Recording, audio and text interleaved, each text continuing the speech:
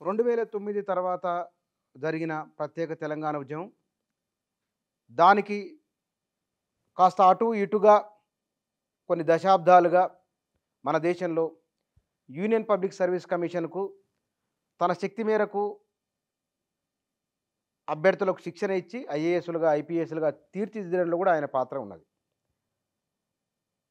భావజాలం కాంగ్రెస్ది, ఆలోచన ప్రజల పక్షాన ఉండేది. అలాంటి నాయకులు, అలాంటి motivator, teacher, guide Muttineni Veeraiah గారు నా ఎదురుగున్నారు. వారు రాజకీయ పరంగా వారి ఆలోచనలకు సంబంధించినవి, ఇవాళ కాంగ్రెస్ గవర్నమెంటు ఎట్లా ఉన్నది, ఎట్లా ఉండబోతున్నది, వారి ఆలోచన అంటే విద్యారంగంలో ఉండి తెలంగాణ ఉద్యమంలో ఉండి కాంగ్రెస్ పార్టీ ఆలోచన వైపు ఎందుకు రావాల్సి వచ్చింది ఇత్యాది విషయాల గురించి, వారి భవిష్యత్తు కార్యాచరణ గురించి మనం వారితో మాట్లాడుతూ వారు మన దగ్గర ఉన్నారు. సార్ నమస్కారం అండి. నమస్తే. మీరు అసలు మీ నేపథ్యం ఏమిటి? నేను మీకు ముందు ఇంకో మాట చెప్పాలి. నేను మీ గురించి అయితే పేపర్లో చదివిన, నేను తెలంగాణ ఉద్యమంలో మీరు ఆఫ్ గుండుతో ఉన్నారు, తర్వాత ఐఏఎస్లను ఐపీఎస్లను, అంటే చాలా డిఫరెంట్ ఉంది ఇదంతా. ఏంది మీ నేపథ్యం చెప్పండి. నేను మాది చిన్న కుటుంబం, వ్యవసాయ కుటుంబం. నాన్నగారు చిన్న వ్యవసాయం చేస్తుంటాడు. వాళ్ళు ఎంతో కష్టపడి మనల్ని చదివించారు. నేను ఉస్మాన్ యూనివర్సిటీలో పీజీ చేశాను. ఆ తర్వాత ఎంఫిల్ మ్యాథమెటిక్స్ చేశాను, బీఎడ్ చేశాను. నేను కోచింగ్ సెంటర్ ఎస్టాబ్లిష్ చేశాను ఓన్గా. అంటే నేను Shri Ramanujan IAS study circle establish చేశాను. ప్రారంభ దశలో మిర్యాలగూడలో నడిపాను. ఇప్పటికీ మొన్నటి వరకు నడిచింది అక్కడనే.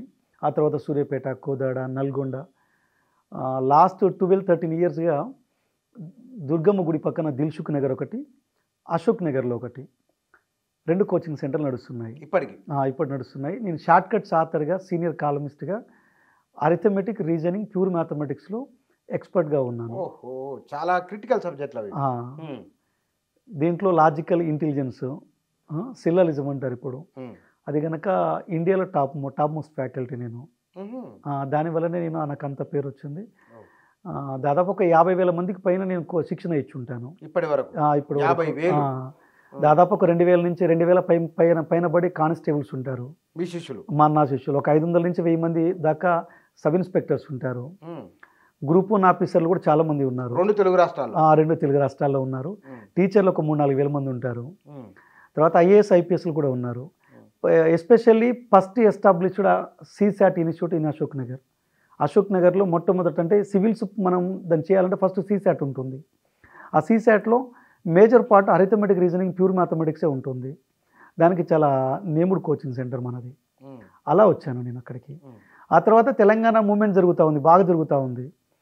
తెలంగాణ మూమెంట్లో ఆ టైంలో కేసీఆర్ గారిని ఒక చోట వికలాంగులు అడ్డుకున్నారు అనే వార్త నన్ను బాగా కదిలించి వేసింది. అది అట్లా అడ్డుకోకూడదు కదా.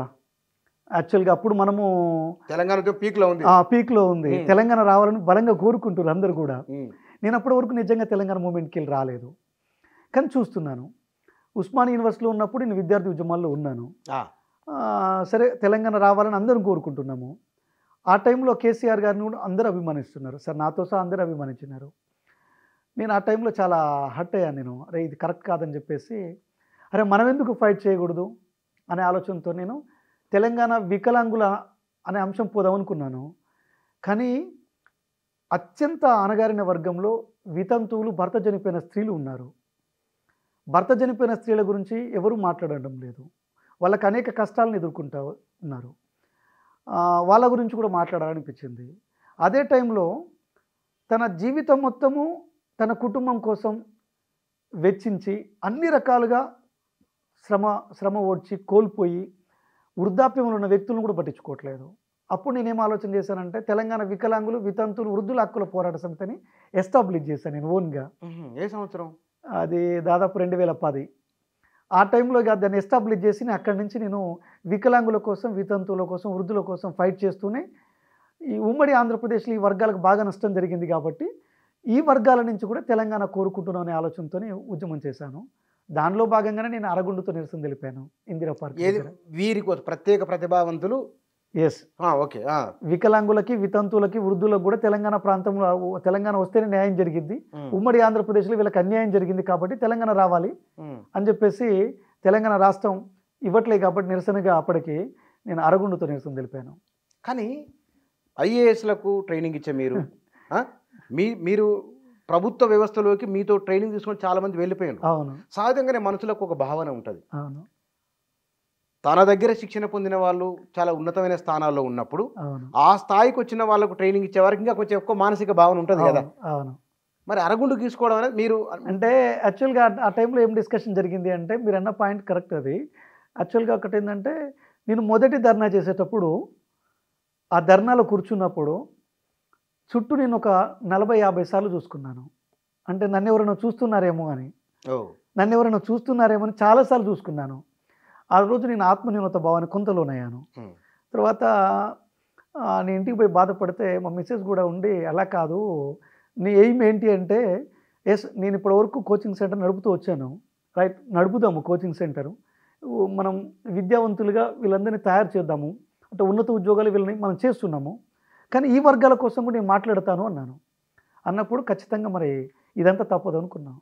ఆ దశ నుంచి నేను వికలాంగుల సంక్షేమ శాఖ విలీనం రద్దు కొరకు స్త్రీ శిశు సంక్షేమ శాఖ సెక్రటరీ కార్యాలయంలో అర్ధనగ్న ధర్నా చేసే వరకు వచ్చాను.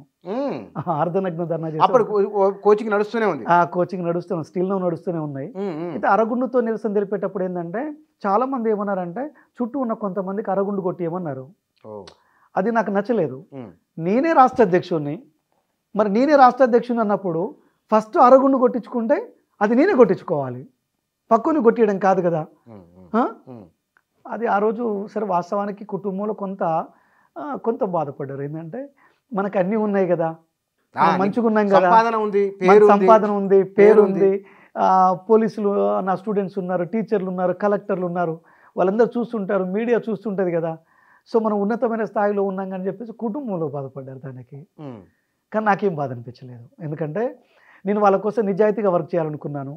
నా నిరసనని నేను ఏదో ఒక రూపంలో అందరికీ అర్థమయ్యేలా చెప్పాలనుకున్నాను కాబట్టి నాకేం అనిపించలేదు. నేను ఒక హ్యాండిక్యాప్డ్గా అంతకన్నా పెద్ద నిరసన తెలపడానికి నాకు ఎక్కువ అవకాశం కూడా అనిపించలేదు. కానీ మీరు తెలంగాణ ఉద్యమంలోకి రావడానికి మీకు ఏమంటారు రీజనింగ్, ఆర్థమెటిక్స్ రీజనింగ్ అనేది చాలా బుర్ర అప్లై చేయాలి. అంటే విశ్లేషణాత్మక శక్తి చాలా ఎక్కువ అవసరం, దానికి మామూలు కాదు. అంత శక్తి ఉన్న వాళ్ళు ఏ లాజిక్స్ మిమ్మల్ని తెలంగాణ ఉద్యమంలోకి తీసుకొచ్చినాయి? అంటే యాక్చువల్గా నేను ఒక సన్నివేశం ఏంటంటే, ఒకటి తెలంగాణ ఉద్యమం ఒకటి కారణము, రెండోది హ్యాండిక్యాప్డ్స్ కోసం ఫైట్ చేయాలనేది మరొక కారణము. ఓకే, ఎందుకు అంటే నేను బేసికల్లీ హ్యాండిక్యాప్డ్ని, కానీ నేను హ్యాండిక్యాప్డ్గా ఎప్పుడు జీవనం కొనసాగించలేదు. అలాంటి క్రమంలో ఏమైంది అంటే, నేను ఒకరోజు కోచింగ్ సెంటరు, అంటే నువ్వు వాస్తవంగా నిజంగా మనం మాట్లాడుకుంటే నేను చాలా కమర్షియల్ ఫ్యాకల్టీని, నేను స్టార్టింగ్లో చాలా కమర్షియల్ ఫ్యాకల్టీని. అసలుకి నేను కోచింగ్ చెప్పడము, బాగా చెప్పడము, ఫీజును చూసుకోవడం మాత్రమే చూసుకునే విషయం. అదే ప్రతి నిజం కూడా సంపాదించాలి, అంతే నిజము, వేరే నిజమే లేదు. నిజంగా మాట్లాడుకుంటే నేను ఒకరోజు నా దినచర్య మార్నింగ్ 4 o'clock స్టార్ట్ అయింది. మార్నింగ్ 4 o'clock స్టార్ట్ అయితే నిజంగా అప్పుడు 4 o'clock నుంచి 6 o'clock వరకు 2 హోమ్ ట్యూషన్లు చెప్తాను ఖచ్చితంగా. బాగా డబ్బులు ఇస్తారనుకుంటేనే పోయేవాడిని, నిజంగా చెప్తున్నాను. అంటే సంవత్సరంలో చెప్పేది ఒక 3 నెలల్లో చెప్పేవాడిని. అంత కమర్షియల్ ఫ్యాకల్టీకి నేను ఉన్న క్రమంలో నేను ఒకరోజు మధ్యాహ్నంలో భోజనానికి వెళ్తున్నాను. ఆ భోజనానికి వెళ్ళేటప్పుడు ఒక హ్యాండిక్యాప్డ్ అమ్మాయి 2 కాళ్ళు 2 చేతులతోనే భూమి మీద వెళ్ళిపోతూ ఉంది. వెళ్ళిపోతున్నప్పుడు నాకు సడన్గా నాకు అసలుకి ఏదో కనిపించినట్టు అనిపించి ఆపాను. ఆపేసరికి ఒక సోదరి అలా 2 కాళ్ళు 2 చేతులతోని 2 మోకాళ్ళు 2 చేతులు పెట్టేసి భూమి మీద నుంచి వెళ్ళిపోతూ ఉంది. ఆమె ఈపు భాగంలో నేను ఒక కవర్ చూశాను. ఆ కవర్ ఏంటంటే అన్నం ఉంది, కూరలు ఉన్నాయి, పచ్చళ్ళు ఉన్నాయి, అలాంటి చాలా విషయాలు ఉన్నాయి దాంట్లో. నేను నా జేబులో అప్పటి వరకు ఫీజు కలెక్ట్ అయింది నాకు, అప్పటి వరకు కూడా బాగానే కలెక్ట్ అవుతుంది నాకు మార్నింగ్ టైంలో. అది ఎంత తీసేసాను డైరెక్ట్గా, తీసి అమ్మాయికి ఇచ్చేసాను. ఎంత ఉందో తెలియదు. అంటే నేను జనరల్గా చాలా అంటే నాకెందుకు ఆ సన్నివేశం కొంచెం ఇబ్బందిగా అనిపించింది. అంటే అది చాలా అంటే చాలా అది మానసికంగా అనిపిస్తుంది ఇప్పటికి కూడా మనకి. అంటే జనరల్గా ఏంటంటే ఇప్పటికి కూడా ఉంటుంది ఆ ఫీలింగ్ నాకు. అంటే ఆ సన్నివేశం చాలా డేంజర్ సన్నివేశం అది. అంటే ఆ తర్వాత నేను అడిగాను జనరల్గా ఏంటంటే, అంటే ఎందుకు అలా, అంటే అసలు కారణం ఏంటి, రీజన్ ఏంటి అన్నప్పుడు అమ్మాయి ఆ చుట్టుపక్కల ఇళ్ళలో పనిచేస్తాడట. పని చేసి ఏం పని చేస్తుందంటే పాచి పని మొత్తం చేస్తుంది. చేసి దేనికోసం చేస్తుంది అంటే కేవలం భోజనం కోసం చేస్తుంది. 2 కాళ్ళు 2 చేతులు 2 కాళ్ళు లేవు, 2 చేతులు ఆ భూమి మీద అనుకుని 2 మొక్కల నుంచి పోతూ ఉంటుంది తను. అది నాకు కొంచెం బాగా బాధ అనిపించింది అన్నది జనరల్గా. అంటే నేను జనరల్గా ఏంటంటే అంటే ఆ సన్నివేశం నాకు కొంచెం అంటే ఇబ్బందికరంగా అనిపించింది. అరే ఇప్పుడు మనం ఉన్నాము, బాగున్నాము, నాకు పిల్లలు ఉన్నారు, మంచి భార్య ఉంది, మంచి ఆదాయం ఉంది, రైట్, బాగుంది, కానీ నేను హ్యాండిక్యాప్డ్ కదా. సో మరి వీళ్ళ కోసం నేను మాట్లాడాలి కదా, వీళ్ళంటి వాళ్ళ కోసం నేను మాట్లాడాలి కదా అని ఆలోచించాను. ఆ టైంలో నేను హ్యాండిక్యాప్డ్ మూమెంట్ అసలు ఏంటి, ఎవరు ఉద్యమాలు చేస్తున్నారు, ఏం సంగతి అని ఒకసారి తొంగి చూశాను. ఇక్కడ మరొక సన్నివేశం ఏంటంటే వికలాంగులు మోసం చేస్తున్న చర్య నన్ను ఇంకా కదిలించేసింది. జనరల్గా మనం అనకూడదు, కానీ నిజంగా పదము సదరం సర్టిఫికెట్లు ఇప్పిస్తామని, పెన్షన్లు ఇప్పిస్తామని చాలా వేదన కలిగించింది. అయితే నాకు మానసికంగా ఉండదు అట్లాంటి వారిని. అసలు ఎందుకు వీళ్ళు ఆ పని చేస్తున్నారని ఆలోచిస్తే వీళ్ళకి ఉపాధి లేదు, వీళ్ళకి పెళ్ళి అయి ఉంటుంది, పిల్లలు ఉంటారు, వాళ్ళకి ఏం చేయాలో అర్థం కాదు, వాళ్ళకి ఇన్కమ్ సోర్స్ లేదు. నాకు అప్పుడు అనిపించింది ఏంటి అంటే వీళ్ళ కోసం నేను మాట్లాడాలి. నా జీవితంలో ఇప్పుడు డబ్బు అనేది శాశ్వతమైనది కాదు. మా తాతకి చాలా ఉండేనంట, నా పేరు పెట్టుకున్న వీరయ్యకి. నా పేరు వీరయ్య, మా నాన్న పేరు గురువయ్య గారు, ఆయన తండ్రి పేరు వీరయ్య, ఆయన తండ్రి పేరు గురువయ్య, ఆయన తండ్రి పేరు వీరయ్య, ఆయన తండ్రి పేరు గురువయ్య, తరతరాలుగా నాకు వచ్చింది ఆ పేరు. మా తాతలకి మా ముత్తాతలకి చాలా ఉండేనంట. మా ముత్తాతమ్మకి 7 ఏండ్లు కరువు వచ్చినా 20 పుట్ల ఒడ్లు ఇంట్లో ఉండేవి అట. అట్లాంటి కుటుంబము మన స్థాయికి వచ్చేసరికి అదంతా లేదు కదా, అదంతా కరిగిపోయింది కదా, ఐస్ గడ్డ లెక్క కరిగిపోయింది కదా. సో ఇప్పుడు డబ్బే శాశ్వతమైనది కాదు అని అప్పుడు అనిపించింది నాకు. అప్పుడు అదే టైంలో నేను ఈ తెలంగాణ ఉద్యమము ఇది అంశం పట్ల కూడా నేను కేసీఆర్ని అడ్డుకోవడం ఇదంతా కూడా చూశాను. అది ఎంత కనుక అప్పుడు పార్టీల ఫీలింగ్ ఏం లేకుండే, పార్టీల ఫీలింగ్ ఏముంది, తెలంగాణ వస్తే చాలు కదా అనే ఆలోచనతో నేను అప్పుడు ఎలాగో ఫైట్ చేస్తున్నాను కదా, ఎలాగో ఫైట్ చేస్తున్నా హ్యాండిక్యాప్డ్స్ కోసం. మరి నేను భర్త చనిపోయిన స్త్రీల గురించి, వృద్ధాప్యంలో ఉన్న వ్యక్తుల గురించి కూడా మాట్లాడాలనిపించింది. ఇప్పుడు ఎంత దారుణం అంటే భర్త చనిపోయిన స్త్రీల గురించి, ఇప్పుడు ఆమె వంతే తింటారు, ఇప్పుడు ఆమె ఒక ఫంక్షన్లో పని చేయొచ్చు, ఒక ఫంక్షన్ జరుగుతుంటుంది, ఆమె పని చేయొచ్చు, ఆమె వంటలు చేయొచ్చు, ఆ వంట పాత్రలు కడగవచ్చు, ఆమె అన్ని రకాల పిండి వంటలు అక్కడ తయారు చేయవచ్చు, ఆమె వంతే తింటారు, ఆమె పోస్తే తాగుతారు, ఆమె ఎదురు వస్తే దరిద్రం అంటారు. ఇది ఇది ఇది ఎక్కడ దుర్మార్గం, ఇది ఇది మూఢనమ్మకాలు, ఇది దుర్మార్గం. ఇది ఇప్పుడు ఆమె భర్త చనిపోవడం అనేది ఆమె చేతుల్లో ఏముంది, ఆమెకేం సంబంధం భర్త చనిపోవడానికి, మరి ఆమెకెందుకు ఇలాంటి విషయాలు. ఇప్పుడు ఒక పెళ్ళైన జంట ఒక దేవత కాడికి పోతారు, బాగా దండం పెట్టుకొని, అమ్మ మా పిల్లలు బాగుండాలా, మంచి పిల్లలు పుట్టాలి వీళ్ళకి అని చెప్పేసి అన్ని సమర్పించి వస్తారు. ఎదురుగా ఒకవేళ ఆ టైంలో భర్త చనిపోయిన స్త్రీ వస్తే ఏమంటారన్న, చాలా ఘోరమైన పదాలు వాడతారు. కానీ వీళ్ళకి తెలియని ఒక పచ్చి నిజం ఏంటంటే వీళ్ళు దండం పెట్టిన దేవత కూడా భర్త చనిపోయిన స్త్రీని. మరి ఇప్పుడు ఆమె పూజనీయురాలు అయినప్పుడు జనరల్గా, ఎందుకంటే ఆ దేవత నేను కూడా కొలుస్తాను జనరల్గా, నేనే మూఢనమ్మకవాదిని కాను కదా, నేను కూడా దండం పెడతాను ఆ దేవతకి. మరి అలాంటప్పుడు ఆమె కూడా భర్త చనిపోయిన స్త్రీని, ఆమెకు నువ్వు పోయావు, మొక్కావు, ఈ పిల్లలిద్దరికి మంచి సంతానం కలగాలని చెప్పావు, అన్ని రకాలుగా అన్నావు. మరి ఆమె ఎలా పూజనీయమైనప్పుడు ఈమె కూడా పూజనీయమైన కదా, ఈమెను పెద్ద ముత్తైదుగునుగా నువ్వు గుర్తించాలి కదా, ఇంత వివక్ష జరగకూడదు కదా. సో నేను ఈ అంశం నాకు బాగా కదిలించే అంశం అది. ఈ 2 విషయాలు అంటే ప్రత్యేక ప్రతిభావంతుల విషయంలో ఒకటి, తర్వాత వితంతు మహిళల విషయంలో ఒకటి, ఈ 2 అంశాలు కదిలించే. వృద్ధాప్యంలో ఉన్న వ్యక్తుల పరిస్థితి ఘోరం అది. వృద్ధాప్యంలో నేను చాలా మంది అవ్వాతాతలకు నా వంతు నేను చాలా చేశాను. జనరల్గా వాళ్ళు జీవితం మొత్తము కుటుంబం కోసమే కష్టపడతారు. వాళ్ళ పిల్లలు చదువులు, వాళ్ళ పెళ్ళిళ్ళు, వాళ్ళ పిల్లలు, వాళ్ళ చదువులు, వాళ్ళ ఆరోగ్యాలు, వీటి మీదే కష్టపడతారు. అసలు వాళ్ళు ఎందుకు డబ్బు సంపాదిస్తున్నారు అంటే వీళ్ళ కోసమే. అంత చేసిన తర్వాత చివరికి వాళ్ళు వయసు అయిపోయేసరికల్లా వాళ్ళని పక్కన పడేస్తున్నారు, అనాథాశ్రమాల్లో జాయిన్ చేస్తూ ఉన్నారు. వాళ్ళ చట్టాలు కూడా అమలు కావట్లేదు ఇవాళ. ఇవి నేను ఎలాగో చేస్తున్నాను, చేసేదేదో వీళ్ళందరి కోసం చేస్తాననే ఆలోచనతో బయటకు వచ్చాను నేను. మీరు టీఆర్ఎస్ నుంచి మీకు పిలుపు రాలేదా? ఎట్లాగో మీకు పేరు వచ్చింది మీడియాలో కూడా వచ్చింది. దాంతో అంటే వచ్చింది ఆ టైంలో. నాకు వాస్తవానికి ఏంటంటే నన్ను 2014లో హుజూర్ నగర్ ఎమ్మెల్యే టికెట్ కోసం అడిగారు నన్ను. ఓహో. నా కమ్యూనిటీ, నేను పెరిక కులానికి సంబంధించిన వ్యక్తిని. ఒక 25-30 వేల ఓట్లు అక్కడ ఉంటాయి, 25 వేల ఓట్ల దాకా ఉంటాయి. Single community. Single community.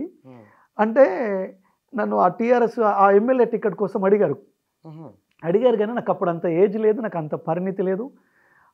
నేను ఇంకోటి ఏంటంటే పేరుంది, డబ్బులు ఉన్నాయని మిమ్మల్ని పిలిచింటారు. దాంతోపాటు జనం ఈసారి నేను ఇంకోటి ఏంటంటే ఆ టైంలో ఉమ్మడి జిల్లాలో నల్గొండలో గ్రామాన వికలాంగులు వితంతులు వృద్ధుల సమావేశాలు పెట్టాను నేను. Okay okay. కొన్ని సభలు 10,000 మందితో సమావేశాలు పెట్టాను. ఎల్కరం సభ 15,000 మందితో ఉద్యమ కాలంలో చేశాను. స్టేట్ వైడ్ 15,000 మందితో ఒక గ్రామంలో చేశాను. గ్రామాలను పట్టుకున్నాను. గ్రామాల్లో పెద్ద ఉవ్వెత్తులు లేస్తుంది. అదే టైంలో నేను అప్పటికే ఒక 20,000 మందికి అక్కడ కోచింగ్ సెంటర్ నడిపుంటాను. అరే మా సార్ అనే ఫీలింగ్ కూడా పిల్లలకు ఉంటుంది. అది గమనించి వాళ్ళు అడిగారు.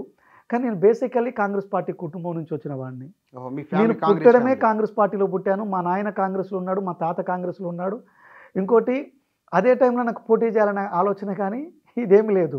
ప్లస్ నాకు టీఆర్ఎస్లోకి పోవాలన్న కోరిక కూడా లేదు. అంటే కేసీఆర్ అంటే మీరు అభిమానించేది కదా. అంటే నేను తెలంగాణ ఉద్యమం కొరకు అభిమానించాను. తెలంగాణ కొరకు అభిమానించాను. తెలంగాణ ఇచ్చింది కాంగ్రెస్ పార్టీ కదా.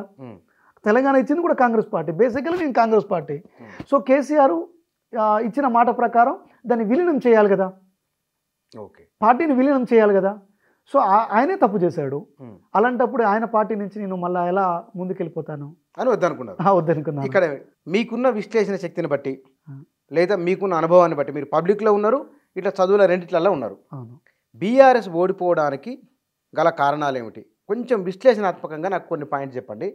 అంటే బీఆర్ఎస్ ఓడిపోవడానికి మొట్టమొదటి కారణం కేసీఆర్ గారు. కేసీఆర్ మొదటి, ఎమ్మెల్యేల వ్యతిరేకత కాదు, అది కూడా ఒక భాగం. కానీ కేసీఆర్ సెల్పుకోలేదు. మొదటి కారణం ఆయనే. ఇప్పుడు తెలంగాణ ఉద్యమం జరిగింది నీళ్లు నిధులు నియామకాలని ఒక బేస్లో జరిగింది.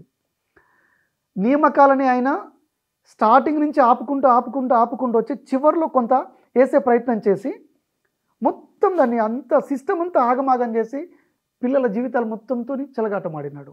ఒక కారణము. నిధులు చూస్తే అవి ఎటుపోయినా కూడా ఇంతవరకు తెలియదు. ఎక్కడున్నా దుమ్ము అక్కడే ఉంది తెలంగాణ ప్రాంతంలో. కానీ 7 లక్షల కోట్లు ఇప్పుడు మనకి దాదాపు 7 లక్షల కోట్లు అప్పు కనపడతా ఉంది. మరి ఆదాయం ఎటుపోయింది అంటే దాని మీద కూడా ఆయన దృష్టి పెట్టలేదు. రెండో కారణము. మూడోది నీళ్లు అన్నాడు. అసలు ఆ ప్రాజెక్టు ఆయన కట్టిన ప్రాజెక్టు కూడా రూపురేఖలన్నీ మార్చి దాన్ని ఆగం చేసి ఇవాళ అది మొత్తం కొలాప్స్ అయ్యే స్థితికి వచ్చేసింది. అంటే ఇవన్నీ ప్రజలు బాగా గమనించారు. రెండోది అసలు ముఖ్యమంత్రిగా తను ఎవరిని కలవకపోవడము, అహంకారపూరితంగా వ్యవహరించడము, జర్నలిస్టులు ప్రశ్నలు అడిగినా దాన్ని చాలా అతని మీద దాడి చేసే రకంగా బెదిరించే కోణంలో అతను మాట్లాడడము, ప్రజల గొంతుని నొక్కేసేయడము, ఒక ధర్నా చేసుకోవడానికి ఆ ఇందిరా పార్క్ దాన్ని పూర్తిగా అంటే ఏ ఉద్యమాల నుంచి అయితే వాళ్ళు ఆ పార్టీ పుట్టిందో అదే ఉద్యమాన్ని పూర్తిగా వ్యతిరేకించడము. అసలు కింద జనాలకు ఏం జరుగుతుంది, అసలు ఈయనేం చేస్తున్నాడు, కనీసానికి రివ్యూ చేసుకోలేకపోవడం, ఒక అహంకారపూరిత ధోరణి. అదే టైంలో తన క్రింద పనిచేసే ఎమ్మెల్యేలు ఎంత అవినీతికి పాల్పడుతున్నా మొత్తం తెలుసు ఇంటెలిజెన్స్ రిపోర్ట్లు. వాళ్ళకే మళ్ళీ ఎమ్మెల్యే టికెట్లు ఇస్తూ వాళ్ళని ఇంకా ప్రోత్సహించడం. నువ్వు ఒక ఎమ్మెల్యేకి అవినీతికి పాల్పడ్డ తర్వాత రెండోసారి టికెట్ ఇచ్చావు అంటే అతని అవినీతిని ఇంకా నువ్వు ప్రోత్సహిస్తున్నావు అని అర్థం. సో ఇవన్నీ చాలా రీజన్స్. ఇంకోటి కుటుంబాన్ని మొత్తాన్ని రాజకీయాల్లోకి పట్టుకురావడము. కుటుంబాన్ని అంటే ఏ ఒక్క మాట మీద కూడా కేసీఆర్ నిలబడలేదండి. ప్లస్ ఒక పక్కన ఇంత దరిద్రము కింద ఉన్నా ఆయన నోటి నుంచి ఏమన్నాడంటే రాష్ట్రం చాలా బాగుంది, ధనిక రాష్ట్రం, డబ్బులు బాగున్నాయి, మన రాష్ట్రం సుఖ సంతోషాలతో ఉంది అంటే కింద వానికి కడుపు కాలుతా ఉంది కదా, కింద వానికి కడుపు నిండట్లే కదా. విపరీతమైన అవినీతి. దీంతో పాటు ఏంటంటే అధికారులను కూడా పట్టించుకోలేకపోయాడు. చాలా నిర్లక్ష్యం జరిగింది. సో కేసీఆర్ ఏ విధానాలతో అయితే వచ్చిండో అదే విధానాలను కొనసాగించకపోవడం వల్లనే ఇది ఆయన కలిగిన ఓటమి. అది ప్రజా వ్యతిరేకత, పూర్తి వ్యతిరేకత. ఇది ఇక్కడ హైదరాబాద్ నగరంలో రూరల్ తెలంగాణ అంతా యాంటీ బీఆర్ఎస్, హైదరాబాద్లో బీఆర్ఎస్కి అనుకూలంగా ఉంది. రీజన్ ఏమంటారు? అంటే యాక్చువల్గా నేను ఇక్కడ ఒక మాట మీకు చెప్పేది ఏంటంటే ఇక్కడ టోటల్లో జరిగిన దాంట్లో అంటే కేసుని మీకు దీనికి ఇంకొంచెం కొనసాగింపుకు నేను ఇంకో మాట చెప్పాలి. చాలామంది సైలెంట్ ఓటింగ్ నడిచింది అన్నారు. అవును. అంటే చాలామందికి కొంత మెజారిటీ అంత వస్తుందని ఊహించలే. 50,000 60,000 50,000 వచ్చింది రూరల్లా ఆ మెజారిటీ కూడా ఏ విశ్లేషణకి లేదు, అసలు అంచనా లేదు. అసలు ఎందుకు అందలేదు ఇది? అసలు ఎవరు ఆ సైలెంట్ ఓటింగ్ వేసిన వాళ్ళు అనేది ఒక్కసారి విశ్లేషణ చేసుకోవట్లేదు ఎవరు కూడా. అసలు సైలెంట్ ఓటింగ్ ఎవరు వేశారు? అసలు బయటికి చెప్పకుండా ఓటేసిన వాడేవాడు. అంటే ఏ టీవీ ఛానళ్ళకు కూడా ఇంత మెజారిటీ వస్తుందని ఊహించలేదు. అలాంటప్పుడు మరి అంత ఓట్లు ఎలా వచ్చినాయి అంటే వాళ్ళందరూ పెన్షనర్స్. ఓహో. గవర్నమెంట్ ఉద్యోగులు కూడా బయటకు చెప్పినారు ఓటేస్తాం మేము ఖచ్చితంగా టీఆర్ఎస్కి వ్యతిరేకంగా వేస్తామని చెప్పారు. ఓపెన్గా చెప్పారు. కానీ అస్సలు ఓపెన్గా చెప్పని ఒకే ఒక జాతి పెన్షనర్స్. ఎందుకు అట్లా? టైం పెన్షన్ ఇచ్చింది కదా. వికలాంగులు, వితంతువులు, వృద్ధులు, కలుగీత కార్మికులు, ఒంటరి మహిళలు, బీడీ కార్మికులు వీళ్ళు ఏదైతే ఉన్నారో వీళ్ళు టీఆర్ఎస్ నాయకులు ఏం చేశారంటే 50 లక్షల ఓట్లు ఉన్నాయి రాష్ట్రంలో. ఎస్, వీళ్ళు ఏం చేశారంటే అండి, నేను ఈ వర్గాల కోసమే నేను పనిచేస్తున్నాను కాంగ్రెస్ పార్టీ రాష్ట్ర చైర్మన్గా. వీళ్ళు గత 2 ఎన్నికల్లో ఏం చేశారంటే నువ్వు ఓటేయకపోతే పెన్షన్ తీసేస్తాం, ఇది బెదిరించేశారు. నువ్వు ఓటేయకపోతే పెన్షన్ పోతుంది, నీ పెన్షన్ పోతుంది. అవ్వ తాత అందరూ భయపడిపోయినారు. అమ్మ వీడు దుర్మార్గుడు, దుష్టుడు, నిజంగా పెన్షన్ తీసేస్తాడో, ఇది మీరు కొత్త మాట చెప్పిన పెన్షన్ తీసేస్తాడో ఏమో అనగానే టీఆర్ఎస్లో వచ్చినప్పుడు బిడ్డ నీకే ఓటేస్తా అని చెప్పినారు. వీళ్ళు ఏమనుకున్నారు, ఈ అవ్వ ఓటు ఈ తాత ఓటు పక్క బీఆర్ఎస్ ఓటు లిస్ట్లో ఉన్నది, పెన్షనర్ల ఓట్లు ఎక్కడ పోవు అనేది ఉన్నది. అయితే ఎందుకు పోయాయి ఈ పెన్షనర్ ఓట్లు? వీళ్ళు భయభ్రాంతులకు వారిని గురి చేశారు. అయితే పెన్షనర్స్ అంటే ఎవరు? చాలా సున్నిత మనస్కులు, హ్యాండిక్యాప్డ్స్ కానీ ఓల్డ్ ఏజ్ ప్రతిభావంతులు, సున్నిత మనస్కులు చాలా హర్ట్ అయ్యారు. ఇక్కడ అసలు వీళ్ళు ఓడిపోవడానికి పెన్షనర్స్ ఎందుకు వ్యతిరేకమయ్యారు? ఇప్పటికీ వాళ్ళు ఆలోచించుకోవట్లేదు. పెన్షనర్స్ ఎందుకు వ్యతిరేకమయ్యారు అంటే నువ్వు రాజశేఖర రెడ్డి గారు ఉన్నప్పుడు 5వ తారీఖు లోపు పెన్షన్ వచ్చేది, ఇంటికి తెచ్చి పెన్షన్ ఇచ్చేది. కానీ ఇప్పుడు పెన్షన్ ఏ నెల పెన్షన్ ఎప్పుడు వస్తుందో కూడా తెలియదు. అక్టోబర్ పెన్షన్ నవంబర్ చివరిలో వస్తుంది. మరి ఆ చొప్పున డిసెంబర్ పెన్షన్ ఎప్పుడు వస్తుంది? జనవరి చివరిలో వస్తుంది. అంటే సంవత్సరంలో 11 నెలలే పెన్షన్ ఇస్తున్నాడు కేసీఆర్. ఈ నిజం వాళ్ళకి తెలుసు. ఈ నిజం వాళ్ళ బుక్కులు మేము చూసుకుంటారు, ఎప్పటికప్పుడు కౌంట్ చేసుకుంటారు. అత్యంత తెలివి ఉండేవాళ్ళు. ఎందుకంటే ఎప్పుడు ఆ పెన్షన్ కోసం ఎదురు చూస్తారు కదా. రెండోది ఆఫీసులో చుట్టూ తిరిగి అలసిపోయారు. పడ్డదా పెన్షన్ పడిందా పడలేదా అన్నిసార్లు అడిగినప్పుడు ఆ పెన్షన్ ఇచ్చే వాళ్ళు కూడా చిరాకు వస్తుంది కదా. వాళ్ళు కూడా వీళ్ళ మీద మొత్తుకుంటారు కదా, సో అంటారు కదా. ఇవన్నీ రీజన్స్. ఇంకోటి 3 నెలలు పెన్షన్ తీసుకోకపోతే వెళ్ళిపోద్దంట. ఎట్లా వెళ్ళిపోద్ది? ఇందుకు ఆడిగిపోద్ది. ఇప్పుడు వానికిచ్చే పెన్షన్ కదా నువ్వు. 3 నెలలు అవ్వకో తాతకు ఆరోగ్యం బాగాలేదు, వాళ్ళు బిడ్డ ఇంటికో కొడుకు ఇంటికో పోయారు, ఇంకా అక్కడ లేకుండా ఎటో పోయినప్పుడు వాళ్ళ పెన్షన్ వాళ్ళకి ఇవ్వాలి కదా, అది ఎందుకు పోతుంది? రెండోది హ్యాండిక్యాప్డ్స్ని ఏమో ఇబ్బందులు పెట్టారండి. తాత్కాలిక సదరం సర్టిఫికెట్లు ఇస్తారు. ఎక్కడన్నా ఇప్పుడు ఈ కాలు ఉందండి, ఈ కాలుకి శాశ్వత తాత్కాలిక సర్టిఫికెట్ ఇవ్వచ్చా? ఇది ఎట్లా బాగా అవుతుంది సార్? కళ్ళ ముందు కనిపిస్తుంది, ఇది ఎట్లా బాగా అవుతుంది? అవును, ఇది బాగా అయ్యే అవకాశమే లేదు. సో తాత్కాలిక సర్టిఫికెట్ ఇచ్చారు, కన్నుకి తాత్కాలిక సర్టిఫికెట్లు ఇచ్చారు, చెవులు వినపడకపోతే తాత్కాలిక సర్టిఫికెట్లు ఇచ్చారు.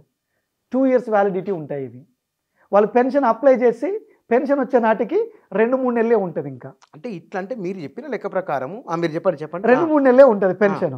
2-3 నెలలు పెన్షన్ తీసుకునేసరికల్లా సర్టిఫికెట్ అయిపోతుంది. మళ్ళీ వీళ్ళు సర్టిఫికెట్ కోసం ఉరకాలి. మళ్ళీ అంతా దళారీ వ్యవస్థను ఏర్పరిచారు. అక్కడికి పోతే డబ్బులు ఉంటాయి, మళ్ళీ డబ్బులు సమర్పించుకొని మళ్ళీ సర్టిఫికెట్లు తెచ్చుకోవాలి. సో ఇదొకటి. అంత్యోదయ కార్డు వచ్చేది. అవును అండి, అంత్యోదయ కార్డు 35 కేజీలు అంత్యోదయ బియ్యం ఆనాడు కాంగ్రెస్ పార్టీ తీసుకొచ్చింది. తల్లి సోనియా గాంధీ గారు యూపీఏ కాలంలో తీసుకొచ్చినారు. ఒక హ్యాండిక్యాప్డ్ ఇంట్లో ఉన్న, ఒక వృద్ధుడు ఉన్న, ఒక భర్త చనిపోయిన స్త్రీ ఉన్న 35 కేజీలు ఇవ్వాలండి. ఆ కార్డుని పూర్తిగా ఎత్తేసినాడు. ఉపాధి హామీ పథకం ఒకటి ఉంటుంది, అది తల్లి సోనియమ్మ పట్టుకొచ్చింది ఆ టైంలో యూపీఏ కాలంలో. వికలాంగులకు 150 రోజులు పని కల్పించాలి, 25% ఎక్స్ట్రా ఇవ్వాలి. అంటే అందరికీ 250 ఇస్తే ఇంకో 25% ఎక్స్ట్రా ఇవ్వాలి. ఎవరికి కేటాయించలే కదా. హ్యాండిక్యాప్డ్కి సబ్సిడీ వచ్చేది, పెట్రోల్ సబ్సిడీ 500 రూపాయలు, దాన్ని కూడా తీసేసుకున్నాడు కదా. ఇప్పుడు హ్యాండిక్యాప్డ్స్ 10,46,000 చిల్లర ఉన్నారు సార్. ఎక్కడ 2011 జనాభా లెక్కల ప్రకారం. అప్పుడు 7 రకాలు తెలంగాణలో, ఇప్పుడు 21 రకాలు, 14 రకాలు పెరిగినాయి. మరి ఇప్పుడు జనాభా ఎంత ఉండాలి? మరి ఇప్పుడు హ్యాండిక్యాప్డ్స్ కాళ్ళు యాక్సిడెంట్ అయిన వాళ్ళు కూడా హ్యాండిక్యాప్డ్ దాంట్లోకి వస్తారు కదా. 7 రకాలే 10,46,000 చిల్లర ఉంటే 10,46,669 అనుకుంటాను. మరి అంత ఉంటే మరి ఇప్పుడు 21 రకాలు ఎంత ఉండాలి? 2016 హ్యాండిక్యాప్డ్ యాక్ట్ ప్రకారం 14 రకాలను గుర్తించాలి మనిషి. గుర్తించడానికి నేను ఫైట్ చేశాను. జీవో ఇచ్చాడు, గుర్తిస్తున్నాను చెప్పేసి నోటీస్ ఇచ్చాడు అందరికీ. ఆ ప్రక్రియ కూడా స్టార్ట్ అని చెప్పాడు. నిన్న చూస్తే ఒక్కరిని కూడా గుర్తించలేదు. పైగా పెన్షన్లు ఎంతమందికి ఇచ్చాడు? 5,50,000 మందికి ఇచ్చాడు. మరి మిగతా అందరు ఏమైపోయారు? అంటే ఇప్పుడు మీరు చెప్పిన లెక్క ప్రకారము ఇది అయిపోయిందా? అయిపోయింది. తాజా వచ్చిన లెక్క ఏంటంటే 44 లక్షల మంది పెన్షన్దారులు ఉన్నారు మన రాష్ట్రంలో. మీ పెన్షన్ తీసేస్తానంటే కనుక ఈ 44 లక్షల మంది అంటే ఒంటరి మహిళలు, వితంతు మహిళలు, బీడి కార్మికులు, నేత కార్మికులు, గౌడ వృత్తిదారులు, వీళ్ళు కలిపి 44 లక్షల మంది ఉన్నారు. ఈ 44 లక్షల మంది ఓటు వేయకపోతే తీసేస్తాం అంటే భయపడినట్టు, ఆ భయమేనట కారణం. ఖచ్చితంగా. అంటే ఆ కుటుంబాల్లో ఉన్న వాళ్ళు కూడా అనివార్యంగా బీఆర్ఎస్ వ్యతిరేకంగా ఓటేసినట్లు వేసేసారు. అంతే కదా. 40 అంటే 80 లక్షల మంది అనుకో. ఇక అంటే కోటి ఓట్లు ఎగిరిపోయినాయి. ఓకే. ఆ సైలెంట్ ఓటింగ్ ఎక్కడ చర్చ జరగట్లేదు. ఇలా వాళ్ళని ఎవరు పట్టించుకోవట్లేదు. అంటే ఇది వాస్తవానికండి. మరి పెద్ద కొడుకు అన్నారు కదా. వీళ్ళు కొంతమంది చేత పట్టుకొని అనిపించారు. అంటే ఇక్కడ ఒక మాట ఏంటంటే, మీకు ఇక్కడ ఇంకో మాట కూడా చెప్పాలి. 2018లో కూడా పెన్షన్ నేను పెంచినా అంటున్నాడు. ఎట్ట పెంచినాడు? ఆయన ఎట్ట పెంచినాడు? ఆ రోజు ఉత్తమ్ కుమార్ రెడ్డి గారు పిసిసి ప్రెసిడెంట్ ఉండే. 2018 ఆగస్టు 15వ తారీఖు ఉదయం 9:30 గంటల ప్రాంతం 1,500 పెన్షన్ని హ్యాండిక్యాప్డ్ దాన్ని 3,000 చేశాడు. మిగతా వర్గాల దాన్ని 1,000ని 2,000 చేశాడు. అప్పుడు ఆయన మాటలు ఎవరు పట్టించుకోలేదు. లేదు, ఉస్నాబాద్ సభ జరిగింది ఏమంటే వారం రోజుల గ్యాప్లా. కేసీఆర్, కేటీఆర్, కవిత, Harish Rao only target pension మీదనే. దక్షిణాది రాష్ట్రాల బడ్జెట్ కూడా సరిపోతున్నారు. నేను అప్పుడు ఏం చేశానంటే పాలాభిషేకాలు చేశాను కాంగ్రెస్ పార్టీకి. అప్పుడు కాంగ్రెస్ పార్టీకి పాలాభిషేకాలు చేశాను. ఉత్తమ్ కుమార్ రెడ్డి గారికి, అప్పుడు రాష్ట్ర నాయకత్వానికి, దేశ నాయకత్వానికి అంతా పాలాభిషేకాలు చేస్తూ వీళ్ళ దిష్టి బొమ్మలు తగలబెట్టాము. ఓటు బ్యాంకు దూరం అవుతుందని చెప్పేసి 16 రూపాయలు పెంచుతా అన్నాడు. ఇంకోటి ఏంటంటే వీళ్ళకి ఇంకొకటి కూడా నష్టం జరిగింది. ఆ 16 రూపాయలు చాలా దుక్కులు ఇవ్వలేదు. ₹1 కూడా చాలా ముఖ్యమేనండి పెన్షన్దారుడికి. ఆ 16 రూపాయలు చాలా దుక్కులు ఇవ్వలేదు. సో ఇంకొకటి, ఈసారి కూడా పెన్షన్ని మొట్టమొదటిసారి డబల్ చేసింది కూడా కాంగ్రెస్ పార్టీనే చేసింది. జనాల లోపల అది ఉంది అండి. రాజశేఖర్ రెడ్డి, నిజంగా రాజశేఖర్ రెడ్డి పెన్షన్దారు లోపల ఇప్పటికీ బతికి ఉన్నాడు, ఎప్పటికీ బతికి ఉంటాడు. అది ఆయన అడ్వాంటేషన్, అది గొప్ప నిర్ణయం తీసుకున్నాడు. మీకు పరిచయం ఉందా? కలిసి ఎప్పుడైనా? నేను కలవలేదండి, అప్పటికి నేను రాలేదు.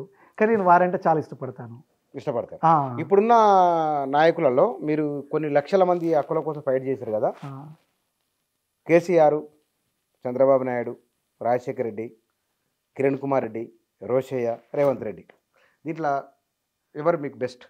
అంటే ఇప్పుడు అప్పుడైతే వివరణ వద్దు, తర్వాత మాట్లాడదాం. అప్పుడైతే రాజశేఖర్ రెడ్డి గారు, ఇప్పుడైతే రేవంత్ రెడ్డి గారు మీరు అడిగిన లిస్టులో. అంటే మీరు కాంగ్రెస్ కాబట్టి కాంగ్రెస్. లేదు. ఎందుకంటే రాజశేఖర్ రెడ్డి వచ్చే పీరియడ్ ఆఫ్ టైంకి తెలంగాణ అంతా చాలా ఇబ్బంది పడుతూ ఉంది. మా నాయన నాకు చదువుకోపి బిడ్డ, నీకు ఉస్మానియాలో ర్యాంక్ వచ్చింది కదా, సీట్ వచ్చింది కదా అంటే, మరి ఇక్కడ మ్యాథమెటిక్స్ విత్ కంప్యూటర్ సైన్స్ కోర్సులో జాయిన్ అయిన నాయన నేను. మరి కంప్యూటర్స్ అంటున్నారు, నాకైతే ఏం తెలియదు. మరి కంప్యూటర్ కొని పెట్టాలట నా నాన్న. నీకెందుకు బిడ్డ, నేను 50,000 రూపాయలు ఇస్తలే అన్నాడు.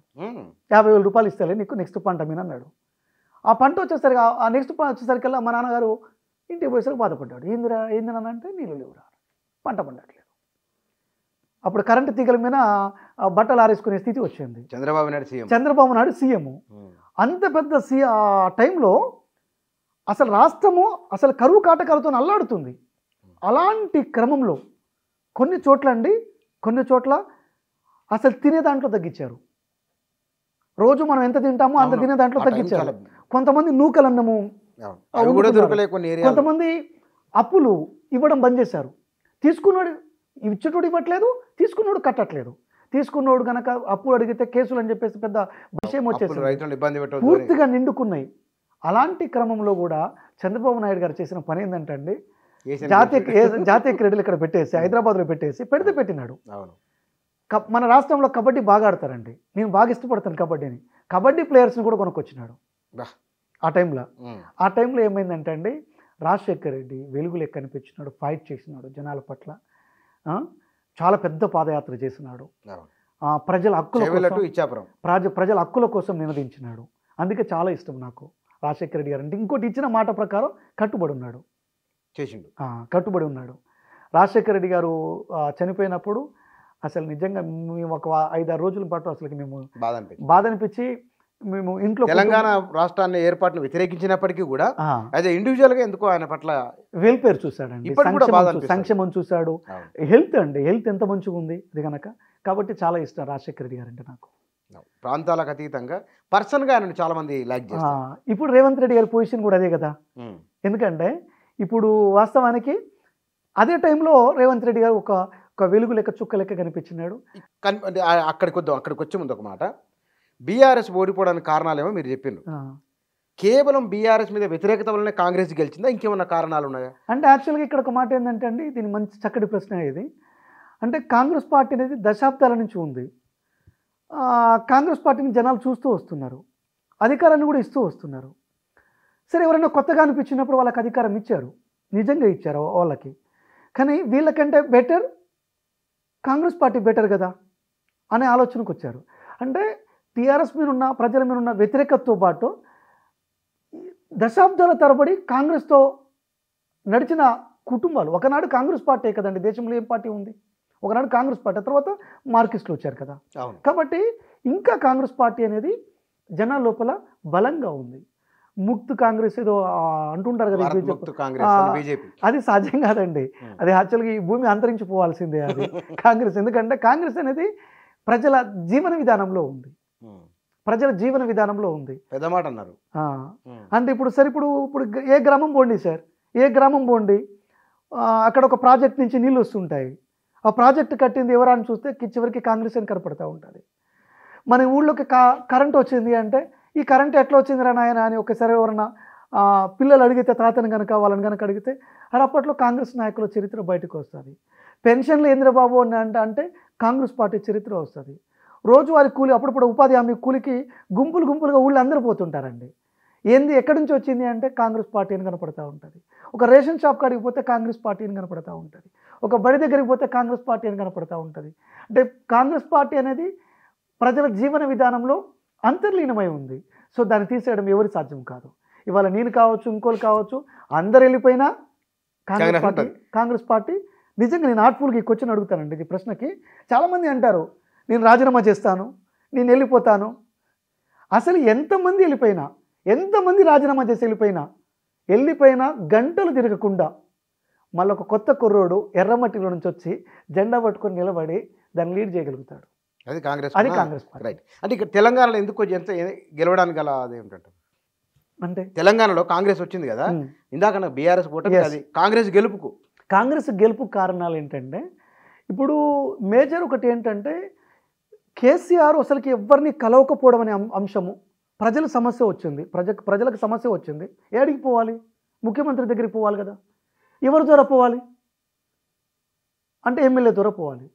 అసలు ఎమ్మెల్యేకి అపాయింట్మెంట్ లేదు కదా, పోనీ మంత్రి ద్వారా పోవాలి. మంత్రికి అపాయింట్మెంట్ లేదు కదా, పోనీ ఎవరి ద్వారా కలవాలి? అర్థం కాదు. ఇలాంటి టైంలో కాంగ్రెస్ పార్టీ జనాలకు గుర్తొచ్చింది. కాంగ్రెస్ పార్టీలో ఇప్పుడున్న ముఖ్యమంత్రిని కలవాలి అంటే అనేక దారులు. ఏ లీడర్ దగ్గరికి పోయినా కానీ అక్కడికి పోవచ్చు, సోషల్ మీడియా పెట్టినా అక్కడికి పోవచ్చు. అంటే ఇదొక కారణము. మరొకటి ఏంటంటే అండి, ప్రజలు అంతకుముందు ఏ స్వేచ్ఛా వాయువులను అయితే పీల్చుకొని బతికారో అవన్నీ కూడా బంద్ అయిపోయినాయి. అంటే స్వేచ్ఛా వాయువులు అంటే గాలి రావట్లేదని కాదు నా అర్థం. అది అంటే వాళ్ళ జీవన విధానంలో అంటే నిర్బంధము, ఇది ఒక కారణము. అదే టైంలో కాంగ్రెస్ పార్టీ కొన్నేండ్లుగా 10 ఏళ్ళుగా ఫైట్ చేస్తున్న విధానము. ఉత్తమ్ కుమార్ రెడ్డి గారి ఆధ్వర్యంలో కూడా 6 ఏళ్ళు పీసీసీగా చేశారు. ఆ టైంలో వారు పార్టీని చాలా నిలబెట్టారు. ఆ తర్వాత రేవంత్ రెడ్డి గారు వచ్చారు. బట్టి విక్రమార్క గారి పాదయాత్ర కూడా చాలా అద్భుతమైన పాదయాత్ర. అది అసలు అది ఇవాళ కాంగ్రెస్ పార్టీ అధికారంలో రావడానికి ఒక ప్రత్యేకమైన స్థానం దానిది పాదయాత్రది. ప్లస్ రేవంత్ రెడ్డి గారు బాగా ఫైట్ చేస్తున్నాడు. ఎక్కడికక్కడ కేసీఆర్ వైఫల్యాలని, కేసీఆర్ కుటుంబం చేస్తున్న అవినీతిని, ప్రజలు ఎదుర్కొంటున్న సమస్యల మీద అందరినీ సమాయత్తం చేసి ఉద్యమం చేయించాడు. ప్రతి చోట కాంగ్రెస్ నాయకుడు పోయి నిలబడ్డాడు. అది బాగా పెచ్చయింది. రాహుల్ గాంధీ గారి పాదయాత్ర చాలా పెచ్చయిందండి. రాహుల్ గాంధీ గారి పాదయాత్ర చాలా చాలా అంటే ఆ రోజు గ్రామాల్లో అనుకున్నారు చాలామంది, రాహుల్ గాంధీ గారు ఏంది మరి వాళ్ళ వంశం నుంచి వచ్చిన వ్యక్తి కదా, రోడ్డు మీద నడవడం ఏంది, అసలు ఎందుకు నడుస్తున్నాడు, ఈ చర్చ బాగా జరిగింది. ఇంటెలెక్చువల్స్లో కూడా బాగా జరిగింది. సో అదొకటి. తర్వాత కాంగ్రెస్ పార్టీ 6 గ్యారంటీలు మేనిఫెస్టో, ఇది చాలా పోయింది. 6 గ్యారంటీల్లో ఇంకొకటి ఏంటంటే ఎస్పెషల్లీ పెన్షన్ ఒకటి, వితంతువులు వృద్ధులు వీళ్ళందరికీ 4,000 రూపాయల పెన్షన్ ఒకటి, ఎస్పెషల్లీ హ్యాండిక్యాప్డ్స్కి 6,000 పెన్షన్ పెట్టించాను నేను. అది నేను మేనిఫెస్టో కమిటీతో మాట్లాడి కొంచెం దానికి కొంచెం గట్టిగా ఫైట్ చేశాను దానికోసం. 6,000 కోసం దివ్యాంగుల కోసం. అంటే అప్పుడు ఏం జరిగిందంటే, మేము ఫస్ట్ 4,000 రూపాయల పెన్షన్ అందరికీ అన్నారు చేయూతలో భాగంగా. కానీ కేసీఆర్ తెలియకల్లోడు కదా, ఎప్పటికప్పుడు ఎత్తులు మారుస్తుంటాడు కదా. ఏం చేశాడంటే 4,016 ఇవ్వడం స్టార్ట్ చేశాడు. మాకు 4,016 ఇవ్వడం స్టార్ట్ చేశాడు. ఆల్రెడీ పెన్షన్ 4,016 వస్తుంది నాకు. మన మేనిఫెస్టోలో అప్పుడు 4,000 రూపాయలు ఉంది. నేను మేనిఫెస్టో కమిటీకి నేను 6,000 రూపాయలు ఇచ్చాను. 6,000 రూపాయలు ఇచ్చినప్పుడు 5,016 ఎక్కగానే చేస్తాను, దశల వారీగా 6,016 చేస్తాను అన్నాడు. ఎవరు? కేసీఆర్. నాది బయటికి రాగానే అన్నాడు. ఇంకా అప్పటికి వీళ్ళు ఇంకా దాన్ని ప్రకటించలేదు. ఒకసారి స్టాండ్ తీసుకుంటే కాంగ్రెస్ పార్టీలో కొంచెం కట్టుబడి ఉంటుంది. సో అప్పుడు నేను దీని మీద నివేదిక పెట్టాను. నివేదిక పెట్టి దానికి కొంచెం వాళ్ళకి అర్థమయ్యేలా చేసి 6,000 పెన్షన్ని నేను పెట్టించాను. 6,000 పెన్షన్ చాలా పెంచయింది. అది కనుక 6 గ్యారంటీలు బాగా పోయినాయి, బాగా జనాల లోపల పోయినాయి. కాంగ్రెస్ పార్టీ చేస్తుందనే నమ్మకం కూడా ఏర్పడింది. ఇవి కారణాలండి గెలవడానికి. ఇవి కారణాలు. ఇప్పుడు మీరు అంటే సంపద బాగానే ఉంది, 2 కోచింగ్ సెంటర్లు, మీరు మీ దగ్గర ఫ్యాకల్టీ ఉంటుంది కదా, ఎత్తలేదన్నా ఇన్కమ్ ట్యాక్స్ కట్టేంత కన్నా ఎక్కువనే సంపాదించు స్కోప్ ఉంది, పర్లేదు. పెద్ద ఎత్తున ట్యాక్స్ కట్టొస్తే సంపాదన అట్లే ఉంటుంది. మరి రాజకీయాలకు వచ్చి స్టాండ్ తీసుకొని నిలబడడం అనేది అంటే మీరు ఏం చేద్దామని, అంటే ఎంపీగా యాక్చువల్గా నేను రాజకీయాల్లో వచ్చేటప్పుడు ఏదో రాజకీయ నేతగా ఎదగాలని రాలేదండి. నేను జనరల్గా నాకు అప్పుడు సంఘం పెట్టినప్పుడు నాకు ఇంకో కొత్త ప్రశ్న ఎదురైంది. సంఘం పెట్టి నేను బాగా ఫైట్ చేశాను కానీ సంఘపరంగా సాధించే హక్కుల సంఖ్య తక్కువ నేను బాగా గమనించాను. 3-4 ఏళ్ళు ఫైట్ చేసేసరికి నాకు ఒకటి అర్థమైపోయింది.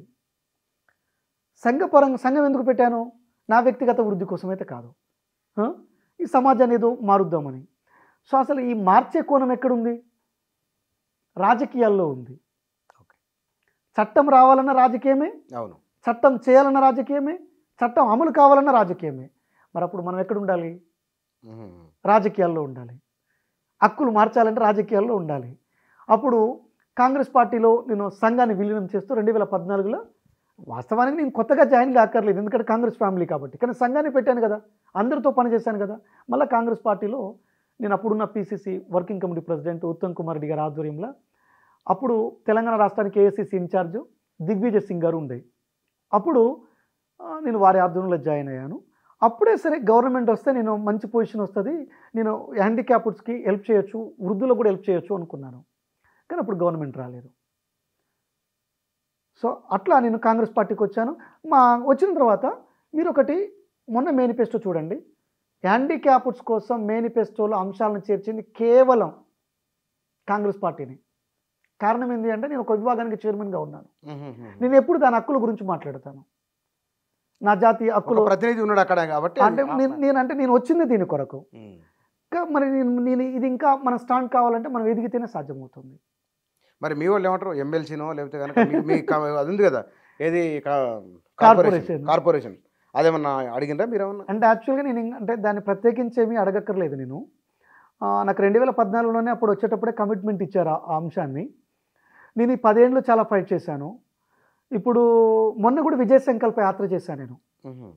హ్యాండిక్యాప్డ్ వెహికల్, స్పెషల్ వెహికల్, అది హ్యాండిక్యాప్డ్ ట్రై మోటార్ సైకిల్ ఉంటుంది కదా, దాన్ని ప్రచార రథం లెక్క మార్చేసి కాంగ్రెస్ పార్టీ అగ్రనాయకుల ఫోటోలతోని, తర్వాత 6 గ్యారంటీలు కూడా దాని మీద సెట్ చేసేసుకొని వికలాంగుల పెన్షన్ కూడా 6,000 దాని మీద చేయించేసి విజయ సంకల్ప యాత్ర చేశాను నేను. AICC media incharge Ajay Kumar గారు, అప్పుడు విజయశాంతి గారు దాన్ని ఓపెన్ చేసినారు. యాత్రని గాంధీ భవన్ నుంచి చేశారు. ఎలక్షన్ కమిషన్ పర్మిషన్ అఫీషియల్గా తీసుకొని హ్యాండిక్యాప్డ్స్కి గతంలో సరే వితంతువులకి వృద్ధులకు కూడా గతంలో కాంగ్రెస్ పార్టీ ఏం చేసింది, ఇప్పుడు కాంగ్రెస్ పార్టీ ఏం చేయబోతుంది, టీఆర్ఎస్ ఎన్ని రకాల మోసం చేసిందన్న విషయాన్ని అన్ని నియోజకవర్గాలు తిరిగాను. అదే క్రమంలో మేబీ రేవంత్ రెడ్డి గారికి మొదటి పాలాభిషేకం చేయించింది నేనే కావచ్చు. పటానికి అంటే యాక్చువల్గా కాంగ్రెస్ పార్టీలో పాలాభిషేకాలు మొదలుపెట్టింది కూడా నేనే. 2018లో అప్పుడు పిసిసి అధ్యక్షులు ఉత్తమ్ కుమార్ రెడ్డి గారు, బట్టి విక్రమార్క గారు వర్కింగ్ కమిటీ ప్రెసిడెంట్ ఉండి అప్పుడు అగ్ర నాయకత్వము రాష్ట్ర నాయకత్వానికి పాలాభిషేకాలు చేసుకుంటూ వచ్చాము. మరి పెన్షన్ పెరిగింది, మరి 3,000 పెట్టారు కదా. సో ఇప్పుడు పెన్షన్ 6,000 అయింది కదా. 6,000 అన్న విషయాన్ని 119 నియోజకవర్గాల అసెంబ్లీ ఇన్ఛార్జ్ సోషల్ మీడియా కోఆర్డినేటర్స్ని హ్యాండిక్యాప్డ్స్ని నియమించి నేను రేవంత్ రెడ్డి గారికి, రాహుల్ గాంధీ గారికి, సోనియా గాంధీ గారికి, మల్లు బట్టి విక్రమార్క గారికి, ఉత్తమ్ కుమార్ రెడ్డి గారికి, దామోదర్ రాజనరసింహ గారు కావచ్చు, కోమటిరెడ్డి వెంకటరెడ్డి గారు కావచ్చు, టోటల్ అగ్రనాయకత్వానికి అందరికీ కూడా మహేష్ కుమార్ గౌడ్ కావచ్చు, ఏఐసిసి ఇన్ఛార్జ్ సెక్రటరీలు అందరికీ కూడా ఫొటోస్తోని దీన్ని పాలాభిషేకం చేయించుకుంటూ ఎందుకు పాలాభిషేకం చేసిన చర్చ జరుగుతుంది కదా. ఆ చర్చలో ఏం జరుగుతుందంటే హ్యాండిక్యాప్డ్కి పెన్షన్ పెరిగినది. సో దీన్ని హైలైట్ చేసుకుంటూ వచ్చాము. విజయ సంకల్ప యాత్ర సక్సెస్ అయింది. సరే ఇప్పుడు అవకాశం దక్కింది అది అధికారంలోకి అంటే ఇప్పుడు చాలా మార్చాలి కదండి. ఎందుకంటే యాక్చువల్గా మీరు ఒక మాట ఏంటంటే అండి, చాలామంది నాకు ప్రశ్న అడిగారు జనరల్గా, అంటే మీరు ఎమ్మెల్సీ అడగొచ్చు కదా అని. ఎమ్మెల్సీ అడగడానికి నేను 100% అర్హుడిని, 100% అర్హుడిని. నేను 2014 నుంచి 2023 వరకు నేను చేసిన కార్యక్రమాలు తీస్తే 5-6 వేల పేపర్ కటింగ్లు వెళ్తాయి బయటకి. పార్టీకి విషయం తెలుసా? పార్టీకి విషయం తెలుసు. పార్టీకి ఎప్పటికప్పుడు నివేదిక చేస్తాను కదా నేను. పార్టీ పేరుతోనే కదా దీన్ని ఫైట్ చేసింది. అంత కష్టపడ్డాం. అన్ని ఎన్నికల్లో పనిచేశాను. ఇంకోటి, నేను కాంగ్రెస్ వికలాంగుల విభాగం ఏర్పాటు చేయించడానికి పట్టుబడ్డానికి గల కారణము 8 ఇయర్స్గా దాంట్లో కొనసాగడానికి హ్యాండిక్యాప్డ్స్ రాజకీయాల్లోకి రావాలండి. హ్యాండిక్యాప్డ్స్కి న్యాయం జరగాలంటే హ్యాండిక్యాప్డ్స్ రాజకీయాల్లో ఉండాలి. ఎవరు రావాలంటే వారి వాయిస్ ఉండాలి, ఖచ్చితంగా ఉండాలి. అందుకని నేను ఇప్పుడు చైర్మన్ కావడమే కాకుండా ఇప్పుడు అన్ని నియోజకవర్గాల హ్యాండిక్యాప్డ్స్ లీడర్ని తయారు చేశాను. ఇప్పుడు నాకు రాష్ట్ర వ్యాప్తంగా 1,000 మంది పైన కాంగ్రెస్ పార్టీ వికలాంగుల విభాగంలో రాజకీయ నాయకులుగా ఉన్నారు. సో ఇప్పుడు ఏంటంటే ఇప్పుడు అవినీతి గురించి, శ్వేతపత్రాల గురించి ఇప్పుడు మనం వింటున్నాం. అవును. అసలు యాక్చువల్గా అండి ఫస్ట్ శ్వేతపత్రము అసలుకి నేను ఈ వికలాంగుల సంక్షేమ శాఖ, వయోవృద్ధుల సంక్షేమ శాఖలో వికలాంగులు వయోవృద్ధుల సంక్షేమ శాఖ అండి. ఇప్పుడు ట్రాన్స్జెండర్స్ కూడా మా దాంట్లోకి వచ్చారు. అతిపెద్ద అవినీతి ఉంది మా దాంట్లో. అతిపెద్ద నిర్లక్ష్యం ఉంది. చట్టాల ఉల్లంఘన ఉంది. జీవులకే పరిమితమైపోయాయి. హ్యాండిక్యాప్డ్ జీవితం ఇంకా రోజుకి ఇంకా దిగజారుతూ వస్తూ ఉంది. సో ఇప్పుడు నేను ఎమ్మెల్సీ ఇప్పుడు గవర్నర్ కోట ఎమ్మెల్సీ కూడా అర్హుడిని నేను. ఎందుకంటే నేను చేసిందే సోషల్ సర్వీస్. 2-3 ఉన్నాయి మీకు. నేను అడగట్లేదు సార్. ఎందుకంటే నేను మరి అలా వెళ్ళిపోతే నా రాజకీయ జీవితం చూసుకోవడానికి, వ్యక్తిగత జీవితం చూసుకోవడానికి వెళ్ళిపోతే మరి వీళ్ళ లైఫ్. ఇప్పుడు లక్షల మంది వికలాంగులు నాతో పాటు నడిచారు, వాళ్ళ కుటుంబాలు నాతో పాటు నడిచారు. మరి మీరు ఎక్కడ కార్పొరేషన్లు ఉంటేనే మీరు ఇప్పుడు వికలాంగుల కార్పొరేషన్లో నేను ఉంటేనే వాళ్ళ కోసం నేను ఏమైనా చేయగలుగుతాను. వాళ్ళు కాంగ్రెస్ పార్టీ సైడ్ ఐడియా ఉంది కాబట్టి వాళ్ళు కాంగ్రెస్ పార్టీ సైడ్ వచ్చింది, కాంగ్రెస్ పార్టీ కోసం వర్క్ చేసింది. అసలు కాంగ్రెస్ పార్టీ అధికారంలోకి వస్తే మా జీవితాలు మారతాయని ఆలోచించింది. ఒకే కారణము, వీరన్న ఉన్నాడు కదా అనే ఒక ఆలోచనతోని మనం అది వదిలేస్తే అది మహాపాపం అవుతుందండి. అంటే దీంట్లో మీరు ముఖ్యమంత్రి మీకు ఏమైనా హామీ ఇచ్చిండ ఈ విషయంలో? అంటే ఇప్పుడు ప్రత్యేకించి హామీ అనేం కాదు. కాకపోతే ఎన్నికల సమయంలో ఏఐసిసి ఇన్ఛార్జ్ మాణిక్రావు ఠాక్రే గారు, నేను మిర్యాలగూడ టికెట్ని ఆశించాను, మిర్యాలగూడ ఎమ్మెల్యే టికెట్ని ఆశించాను. అంటే చట్టసభల్లోకి మా ప్రతినిధి ఉంటేనే కదండి హ్యాండిక్యాప్డ్స్ ఇష్యూస్ మాట్లాడగలిగేది. నాకు ఈ కన్సెంట్ ఉంది, నేను మాట్లాడగలను. సొంత ప్రభుత్వంలో మాట్లాడగలను, పరాయి ప్రభుత్వంలో మాట్లాడగలను. ఎందుకంటే నేను బేస్ ఉద్యమాల నుంచి వచ్చాను కాబట్టి నేను చట్టసభల్లో ఉండాలనుకున్నాను. కానీ అనివార్య కారణాల వల్ల మనకు అది రాలేదు. ఆ టైంలో మాణిక్రావు ఠాక్రే గారు ఉండి, హ్యాండిక్యాప్డ్ కార్పొరేషన్ చైర్మన్, అది నీకే కదా, అది చేస్తాను, నువ్వు విజయ సంకల్ప యాత్ర చేయండి. అసలు విజయ సంకల్ప యాత్ర వారు చేయమనలేదు, కానీ రాష్ట్రం మొత్తం వికలాంగుల ఓట్లని పోలరైజేషన్ చేయండి, వితంతువులు వృద్ధుల ఓట్ల కోసం కూడా పనిచేయండి. మీ కమ్యూనిటీ, నా పెరిక కుల కమ్యూనిటీ ఉంది, దానికి కూడా పెరికల రాజకీయ ఐక్యతకి కార్పొరేషన్ సాధన సమితి అని దానికి చైర్మన్ నేనే ఉన్నాను. ఈ వర్గాలని పోలరైజేషన్ చేయండి. అదే టైంలో ఒకటి మా ఎమ్మెల్యే ఉండే 5 సార్లు ఎమ్మెల్యే గంప గోవర్ధన్ గారు మా కులమే. ఇప్పుడు కేసీఆర్ ఇప్పుడు ఒకళ్ళు ఒక సీట్లో పోటీ చేస్తే చాలండి జనరల్గా. ఇప్పుడు కేసీఆర్ తను ఒక సీట్ ఉండగా కూడా పెరక బిడ్డ ఒకే ఒక ఎమ్మెల్యే, టోటల్ ఎంటైర్ పాలిటిక్స్ మొత్తం రాజకీయాల్లో మాకున్న ఒకే ఒక ఎమ్మెల్యే టీఆర్ఎస్లో ఉండే గంప గోవర్ధన్ ఉండే మా కులానికి కామారెడ్డి. ఆ సీట్ని గుంజుకున్నాడు కేసీఆర్ గుంజుకున్నాడు. నిజంగా పెరక కులం అది చాలా ఆగ్రహించింది. వాస్తవానికి కేసీఆర్కి పెరక కులం చాలా చేసింది, కానీ అది అతనికి విశ్వాసం లేదు ఆ అంశంలో. 5 సార్లు గెలిచాడు, ఆరోసారి గెలుస్తాడు అనుకున్నారు, అతనికి టికెట్ని కోసేశారు. ఎంత దుర్మార్గం అంటే ఇక్కడ పెరక కులం నుంచి టికెట్ కోసేస్తావు, మంత్రి పదవేమో పట్నం మహేందర్ రెడ్డికి ఇచ్చేస్తావు, పట్నం మహేందర్ రెడ్డికి మంత్రి పదవి ఇచ్చేస్తావు. అంటే టికెట్ కోసేసిన తర్వాతనే అంటే పెరక కులం పట్ల అతను చూపించిన వివక్ష అది అంతా కూడా అంటే మన కాంగ్రెస్ పార్టీలో పెరిక క్యాస్ట్ నుంచి ఈ 10 ఏళ్ళు కూడా నేను ఒక్కనే రాష్ట్ర స్థాయి పదవుల్లో ఉన్నాను. మా రాష్ట్ర నాయకులందరూ, రాజకీయాల్లో ఉన్న నాయకులందరూ టీఆర్ఎస్ పార్టీలోనే ఉన్నారు. దీన్ని ప్రజల లోపల నేను వ్యతిరేకత రావడానికి నేను మంచి పాత్ర చేశాను. ఏఐసిసి ఇన్ఛార్జ్ కోరిక మేరకు నేను ఇదంతా చేశాను. పెరక కుల ఓట్లు కూడా 40 నియోజకవర్గాల పైన బాగా పడ్డాయి కాంగ్రెస్కి. ఇదంతా మీ కాంగ్రెస్ మీకు కాంట్రిబ్యూషన్ ఉంది. మరి మీరు అంటే ఈ నెల రోజులలో రేవంత్ రెడ్డి పరిపాలన ఎట్లా? చాలా అద్భుతంగా ఉంది. అదే కాంగ్రెస్ ఇప్పుడు మీరు ఒకటి ఏంటంటే మీరు రేవంత్ రెడ్డి పరిపాలన అన్నారు జనరల్గా. ఇంతకుముందు కేసీఆర్ పరిపాలన అనేవాళ్ళు. అవును, ఎవరు ముఖ్యమంత్రి ఉంటే వాళ్ళని అంటాం, మామూలుగా అంటారు. కానీ ఇప్పుడు రేవంత్ రెడ్డి గారు ఏమన్నారు, దీన్ని కాంగ్రెస్ పార్టీ ఏముంటుంది, దీన్ని ప్రజాపాలన అంటుంది. రేవంత్ రెడ్డి గారిగా దాన్ని నామకరణం చేసింది ప్రజాపాలన అన్నది. అసలు అంటే ఎవరు ముఖ్యమంత్రి ఉంటే వాళ్ళ పాలన అనేది పోయి ఇప్పుడు ప్రజాపాలన అనే పదానికి వచ్చింది. దాంట్లోనే అర్థం చేసుకోవచ్చు ఎంత అద్భుతంగా ఉంది అనేది. అంటే ఇప్పుడు సమస్యలు వినాలి సార్. ఈ ప్రభుత్వం కాదండి, ఏ ప్రభుత్వం ఉన్నా సమస్యని వస్తే వినాలి, పరిష్కారం పక్కన పెట్టండి, ఫస్ట్ సమస్యను వినాలి. సమస్య ఇప్పుడు వింటున్నారు కదా, పరిష్కారం కూడా చేస్తున్నారు కదా. ఒక కానిస్టేబుల్ అమ్మాయి, ఒక భర్త చనిపోయాడు, అతను కానిస్టేబుల్ అతను చనిపోయాడు. అమ్మాయి సర్టిఫికెట్లు మొత్తం ఏపీలో ఉన్నాయి, అమ్మాయికి ఉద్యోగం ఇవ్వలేదు. ఇప్పుడు అర్జీ పోయి పెట్టుకోగానే, ప్రజాపాలనలో పోయి పెట్టుకోగానే రేవంత్ రెడ్డి గారు ఇలా ఉద్యోగం కల్పించారు కదా, జూనియర్ అసిస్టెంట్గా అమ్మాయికి ఉద్యోగం వచ్చింది కదా, ఇమ్మీడియట్గా వచ్చింది కదా. ఇప్పుడు ఇస్తా అన్న మాట మేరకు వికలాంగ సోదరికి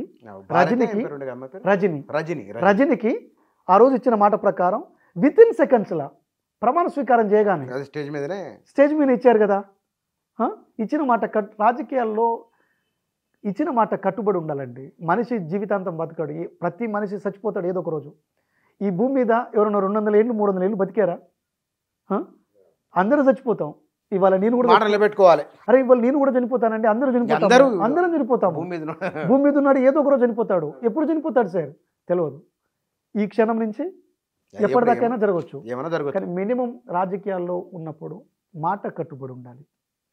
అది ఇప్పుడు చాలా బాగుంది పాలన కనుక, అద్భుతంగా ఉంది ప్రజాపాలన. 6 గ్యారంటీలు అప్లికేషన్ అయిపోతున్నాయి. ఇంకొక 20 రోజుల్లో మొత్తము సిస్టంలోకి వచ్చేస్తున్నాయి. అసలు నీ అప్లికేషన్ ఏ స్థితిలో ఉందో కూడా చూసుకోవచ్చు. ప్రజాపాలనలో కూడా, ప్రజా దర్బార్లో కూడా ఇచ్చిన అప్లికేషను అసలు మన అప్లికేషన్ ఎక్కడుంది, అది ఏ స్థితిలో ఉందో కూడా తెలుసుకోవచ్చు. అంతే ఆన్లైన్ పబ్లిక్ పారదర్శకంగా ఉండే ప్రయత్నం జరుగుతుంది. ఇప్పుడు నెక్స్ట్ మీ కోచింగ్ సెంటర్లు నడుపుతూనే ఇటు మీ కార్పొరేషన్ వస్తే దాన్ని 2 అంటే యాక్చువల్గా ఏంటంటే అండి, ఇప్పుడు ఇన్నాళ్ళు నేను కోచింగ్ సెంటర్ నడుపుతూ వచ్చాను. ఎందుకు నడుపుతూ వచ్చాను సార్ అంటే, మరి ఇక్కడ నా కుటుంబం నడవాలి, మరి ఇక్కడ ఈ ఎక్స్పెండిచర్స్ కూడా ఉంటాయి కదా. అవును, సంఘం నడవనికే ఖర్చులు. ఇప్పుడు విభాగం నడవాలి కదా. ఎంత ఖర్చు పెట్టింటారు ఇన్నేళ్లలో? చాలా పెట్టానండి. ఎందుకంటే వేరే చందాల కూడా తక్కువ. అంటే యాక్చువల్గా ఎక్కువ మాట ఏంటంటే, ఇప్పుడు మనము ఖర్చు పెట్టుకుంటూ పోతుంటే అర్థం కాలేదు, పెడుతూ ఒకేసారి టర్మ్ అయిపోయేసరికల్లా చూసుకుంటే చాలా ఇబ్బంది అనిపించింది. చాలా ఇబ్బంది అనిపించింది. తర్వాత కోచింగ్ సెంటర్ కొంచెం అప్పుడప్పుడు నడవబట్టి మంచిగా. ఇక్కడ కోచింగ్ సెంటర్ కూడా మన ఎన్నికలు వచ్చేసరికి మూసేస్తుంది. నేను ఎందుకంటే ఎన్నికలు వచ్చాయి, సడన్గా ఒక బై ఎలక్షన్ వచ్చింది, ఇప్పుడు నేను ప్రచారానికి వెళ్ళిపోవాలి, కోచింగ్ సెంటర్ ఉంటే నేను పాఠం చెప్పాలి, నేను పొద్దున్న లేస్తే అగైనిస్టు మరి ఎట్లా నడుస్తుంది? వీళ్ళకి పనిచేశాను. ఎవరికి? కేసీఆర్ ప్రభుత్వానికి వ్యతిరేకంగా, అంటే ప్రజలకు అనుకూలంగా పనిచేశాను. ఎంత దుర్మార్గం అంటే కోచింగ్ సెంటర్ పరంగా ఉస్మానియా లాంటి యూనివర్సిటీలో లైబ్రరీల దగ్గర, ప్రైవేట్ లైబ్రరీల దగ్గర నా కోచింగ్ సెంటర్కి జనాలు రావద్దని చెప్పేసి నోటీస్ బోర్డులు ఎతికిచ్చారండి నా మీద. ఎవరు? ఇంకెవరు ఎతికిస్తారండి? నేను పొద్దున్నైతే కేసీఆర్ గారి నిర్లక్ష్యం మీద, కేటీఆర్ నిర్లక్ష్యం మీద, కవిత గారి నిర్లక్ష్యం మీద, ఈ టీఆర్ఎస్ పాలన నిర్లక్ష్యం మీద నేను ఫైట్ చేశాను. సరే, వాళ్ళు కొన్నిసార్లు వికలాంగుల పదాలను తూలనాడుతూ మాట్లాడారు. నేను వారి మీద హెచ్ఆర్సీలో కేసులు పెట్టించాను. కేసులు కాలేదు సార్, అవి నేను ఇచ్చాను. నేనైతే హెచ్ఆర్సీలో కంప్లైంట్ ఇచ్చాను. కానీ అది టీఆర్ఎస్కి సంబంధించిన అనుబంధ సంఘాలు అవి అన్నీ కూడా నన్ను బాగా టార్గెట్ చేసినాయి. ఆయన ఇబ్బంది అయిందా మీకు? చాలా చాలా ఇబ్బంది అయిందండి. జనరల్గా ఏంటంటే కోచింగ్ సెంటర్లు అలా నెగిటివ్ ప్రచారము, దానికి తోడుగా ఏమి ఉపయోగించే వాళ్ళంటే సార్ ఎప్పుడు పాఠాలు చెప్పాడు, సార్ ఉద్యమాలు చేస్తాడు, ధర్నాలు చేస్తాడు అంటే ప్రజలు నమ్మడానికి వీలుగా ఉండేవి. అంటే ఒక విద్యార్థికి ఇది నిజం అనిపిస్తుంది. నేను ఎక్కడొక్కడ ధర్నాలు ఉన్న ఫోటో వేస్తాను అక్కడ. మరి ఎట్లా మరి నడుస్తుందా లేకపోతే? నడుస్తుంది, కోచింగ్ సెంటర్ నడుస్తున్నాయి. నాకు సబ్జెక్ట్ ఉందండి, నేను చేసిన సర్వీస్ ఉంది. ఇప్పటికి క్లాసులు చెప్తున్నారా? ఇప్పటికి పాఠాలు చెప్తున్నాను. ఇంట్లో ఆన్లైన్ కూడా ఉంది నాకు. మరి అది ఉండబట్టే నేను రాజకీయాల్లో ఇన్నాళ్ళు నేను నెక్కకి రాగలిగాను. క్లాసులు చెప్తారు, ఆఫ్లైన్ క్లాసులు చెప్తారు, ఉద్యమాలు చేస్తారు, ఇవన్నీ చేశానండి. మరి అది లేకపోతే నేను ఎలా ఖర్చు చేయాలి? ఇలా అంతా డబ్బుతో కూడిందే కదండి. పైసలు లేకుండా ఎక్కడండి? ఏమి చేయలేం. నేను 2018లో అధికారం వస్తుంది అనుకున్నాము. ఈ కష్టాలని పోతాయని ఆయన అనుకున్నాను, పోలేదు. కానీ పోలేదు. ఆ టైంలో గవర్నమెంట్ వచ్చింది కదా, అంటే ఆ టైంలో నాకు ఒక చిన్న కారు ఉండే, ఇయాన్ కారు. నేను అమ్మాల్సిన పరిస్థితి ఏర్పడింది. ఇయాన్ కారు అమ్మేశాను. ఇల్లు కట్టుకుందాం అనుకున్న అంశాలు ఉంటాయి, అవన్నీ కూడా ఖర్చులు అయిపోయాయి. ఆ టైంలో ఇల్లు కట్టలేకపోయాము, ఇంట్లో కిరాయి కట్టలేకపోయాము. 3,000 రూపాయల కిరాయిలకు మారాను. నేను 4 నెలలు ఉన్నాను సింగిల్, లక్షలు సంపాదించి. అంటే సింగిల్ రూమ్లోకి మనం మారిపోయాము. ఒకటే ఒక చిన్న కిచెన్, ఒక రూమ్ ఉండేది జనరల్గా. మరి మీ ఇంట్లో మీ వైఫ్ నుంచి వాళ్ళు బాధపడ్డారులే, కానీ పాపం అర్థం చేసుకున్నారు. అమ్మాయి అర్థం చేసుకుంది, జనరల్గా అర్థం చేసుకుంది. ఆ అమ్మాయికి కొంచెం నాకు బ్యాక్ సపోర్ట్ ఉంది. ఆ అమ్మాయి ధైర్యం కూడా నాకు చాలా సపోర్ట్ ఇచ్చింది. మళ్ళీ కోచింగ్ సెంటర్లు స్టార్ట్ చేశాను. డబ్బు అయిపోయిన ప్రతిసారి కోచింగ్ సెంటర్లు స్టార్ట్ చేశానండి నేను మళ్ళీ గ్యాప్లో. సో మళ్ళీ పికప్ అయ్యాను. మళ్ళీ నేను ఒక చిన్న కారు కొనుక్కున్నాను. మళ్ళీ నేను ఇంకో వేరే ఇంట్లోకి మారగలిగాను. కానీ మళ్ళీ ఖర్చు పెడుతూ వచ్చాను. అంటే ఉద్యమాలను బతికించాలనుకున్నాను. అంటే నా జాతి, అంటే నేను ఓపెన్ అండి. ఇప్పుడు నాకు హ్యాండిక్యాప్స్ మీద ఉన్నంత కన్సెంట్, వికలాంగులు, వితంతులు, వృద్ధుల మీద ఉన్నంత అభిప్రాయం నాకు వేరే వాటి మీద ఉండదు. నేను అంటే ఎందుకంటే నేను నా లోపలికి వెళ్ళిపోయింది అది. ఇప్పుడు 99% పైన వికలాంగుల సంఘాలని నాతోనే ఉన్నాయి. వాళ్ళకి ఏం చేస్తాము అనే ఆలోచనతోనే ఎదురు చూస్తున్నారు వాళ్ళు కనుక. సో ఇప్పుడు నేను ఒకప్పుడు కమర్షియల్ ఫ్యాకల్టీ ఉన్న నేను ఇప్పుడు వాళ్ళ కోసం కన్నీరు గారుస్తున్నారు. అంటే జనరల్గా ఏంటంటే అండి, ఒకప్పుడు మనకు కోచింగ్ సెంటర్కి వచ్చినప్పుడు ఫీజు నేను హై స్టాండర్డ్ ఫీజు తీసుకుంటాను. నేను ఫీజు బాగా తీసుకునేవాడిని. ఫీజు తక్కువ పెట్టి కోచింగ్ చెప్పే ఆలోచన నాకు ఉండకపోయేది. పక్కా ఉండాలి, అందులో డౌట్. ఫీజు ఖచ్చితంగా బాగుండాలి. కానీ అప్పుడు కూడా నేను పేద విద్యార్థులకి సాయం చేశాను. ఖచ్చితంగా బ్యాక్గ్రౌండ్ అడుగుతాను. ఎవరినో నాన్న ఏం చేస్తాడు, బ్యాక్గ్రౌండ్ చెక్ చేస్తాను. అతను చెప్పింది నిజంగా ఇలానే ఉందా లేదా అని. నిజంగా అతను అలా ఉంటే కనుక నేను చాలామందిని చదివించానండి. అలా నేను పేరు చెప్పుకోకూడదు, కానీ మనం చాలామందిని చదివించాను. వాళ్ళందరూ ఉన్నత ఉద్యోగాలు ఉన్నారు, కానీ కమర్షియల్ ఫ్యాకల్టీ. అంత కమర్షియల్ అంటే ఆ టైంలో నేను కమర్షియల్గా ఫర్ అవర్ 4,200 రూపీస్ తీసుకున్నాను. అప్పట్లో గంటకి 4,200 తీసుకుంటాను. పేరున్న అడ్వకేట్ టైప్, ఇంకా అడ్వకేట్ కూడా అట్లా తీసుకునే ఫ్యాకల్టీ. ఇంకోటి ఏంటంటే అట్లాంటి ఫ్యాకల్టీ ఫీల్డ్ బాగుంటుందండి. మంచి గౌరవం, గౌరవం ఉంటుంది. మనం పోయేసరికి ఒక అబ్బాయిని కేటాయిస్తారు మన బాగోగులు చూసుకోవడానికి. క్లాస్ కాడికి పోయేసరికి అన్నీ అక్కడ ఉంటాయి, ఫెసిలిటీస్, రూమ్ ఉంటుంది. కార్పొరేట్ ఫ్యాకల్టీ నేను, మంచి corporate, arithmetic, reasoning, pure mathematics skills కదండి ఇవి. నేను బ్యాక్లో చెప్తాను ఆన్సర్ని, వితౌట్ స్టెప్స్, ఆప్షన్ నుంచి వెళ్ళిపోతాను. అలాంటి ఫ్యాకల్టీ నేను. 4,200 కనుక అకౌంట్లో పడకపోతే అప్పుడు అంటే మనకు డేలో చెప్తాం కదండి, డేలో చెప్పే అమౌంట్ ముందే రావాలి నాకు. అడ్వాన్స్ అంటే ఇప్పుడు అందరు అంతే ఉన్నారండి, అందరు అంతే మీరు ఉన్నారు. చెప్పండి అంత సంగతి వదిలేయండి. అంతే ఉన్నారు, అప్పుడు ఆ టైంలో అంతే ఉన్నాను. ముందే రావాలి డబ్బు. అంటే మార్నింగ్ వస్తేనే మనం పాట అని చెప్తామండి. అంటే చాలా మంది ఎగ్గొట్టారు కదా మరి నాకు. ఎన్ని గంటలు చెప్పేది అట్లా మీరు రోజు? నేను 6 అవర్స్ 8 అవర్స్ చెప్తాను. మంచి కాస్ట్ ఇస్తా అంటే 10 అవర్స్ కూడా చెప్తాను, 12 అవర్స్ కూడా చెప్తాను. అంటే పర్ డే మీ దగ్గర 1 lakh ఇన్కమ్. అంటే మంచి ఎన్ని అవర్స్ అయినా పని చేస్తాను. డబ్బులు ఇస్తా అంటే ఎన్ని అవర్స్ అయినా పని చేసేది. ఎందుకంటే అప్పుడు ఒక సంకల్పం ఉండేది ఏంటంటే మా తాతకి 100 ఎకరాల దాకా ఉండేదంట. మరి నా దగ్గరకు వచ్చేసరికి ఎకరం ఉంది. నేను ఎట్లయినా మా తాత ఆస్తి అంతా కొనాలనుకునేది. కానీ కాలగమనంలో అదంతా పోయిందండి. సంవత్సరానికి 20-30 లక్షలు సంపాదించేదా మీరు కోచింగ్ సెంటర్? సంపాదించేదండి, పర్లేదు, ఇంకా ఎక్కువనే పర్లేదండి, బాగానే సంపాదించేది. కానీ ఇప్పుడు అన్నీ పోయినాయండి. అంటే ఇప్పుడు అన్నీ ఖర్చు చేసేసాము. అంటే యాక్చువల్గా ఏంటంటే ఆ దశ నుంచి నేను ఈ దశకు వచ్చేసాను. ఇప్పుడు పైసలు మీద లేదండి. ఇప్పుడు మనం బ్రతకడానికి ఉంటే చాలు. చూద్దాం. ఇప్పుడు మీరు ఇన్ని చేసిందిగా వాస్తవానికి జనరల్గా మీరు అడగవచ్చు ఎప్పుడైనా సరే. బుచ్చన్న గారు ఒక మాట ఏంటంటే, మీరు ఉన్నారు కదా, మీరు నాకు చాలా కాలం నుంచి తెలుసు, చాలా కాలం నుంచి మిమ్మల్ని నేను చూస్తున్నాను. తెలంగాణ కోసం మాట్లాడిన గొంతు మీది, తెలంగాణ కోసం మాట్లాడిన గొంతు మీది. చాలా డిబేట్లలో మిమ్మల్ని చూసాను నేను. మీలాంటి వాళ్ళు కూడా నాకు ఒక ఇన్స్పిరేషన్ ఆ టైంలో. ఎందుకంటే మీరు మాట్లాడుతున్నారు, నేను మీ విశ్లేషణలు కనుక వినేటప్పుడు అరే బాగా మాట్లాడుతున్నారు, మంచిగా మాట్లాడుతున్నారు, ఇవి ఉన్న విషయమే ఎక్స్ప్రెస్ చేస్తున్నారు, ఇదంతా కనుక. ఇప్పుడు ఆ దశ నుంచి ఇప్పుడు ఏంటంటే, ఇప్పుడు నాకు 2 పిల్లలు, 10th క్లాస్ పాప, 9th క్లాస్ బాబు. ఇప్పుడు ఏం లేదండి, ఇప్పుడు అమ్మ అవసరం లేదు, డబ్బు అదంతా ఫీలింగ్ లేదు నాకు. ఇప్పుడు నా జేబులో మామూలుగా ఎంత ఉంటే అంత, వాళ్ళు ఎవరైనా బాధపడితే ఏడ్చినా, వాళ్ళు ఏమైనా బాధపడితే ఇచ్చేస్తాను అలాగే. అందుకనే ఎంతవరకు ఖర్చు ఉంటుందో అంతవరకు పెడతారు ఇంట్లో డబ్బు నా జేబులో కనుక. నేను మాట్లాడుతున్నప్పుడు మీరు 4-5 సందర్భాల్లో విపరీతమైన భావోద్వేగానికి గురైండు. మీ కన్నీళ్ళు వచ్చాయి. హృదయం అందరికి ఉండదు, హృదయం అందరికి ఉండదు. ఇతరుల పట్ల స్పందించే గుణము అతి కొద్ది మందికి ఉంటుంది. అంటే ఒక మాట ఏంటంటే సార్, ఇప్పుడు అంటే నీకు ఒక మాట ఏంటంటే, మనందరం మనుషులమండి. ఫస్ట్ బేసికల్లీ అందరం హ్యూమనిటీ. ఇప్పుడు టోటల్ హ్యాండిక్యాప్డ్ సొసైటీ మీద హ్యూమనిటీతో లేదు సమాజం.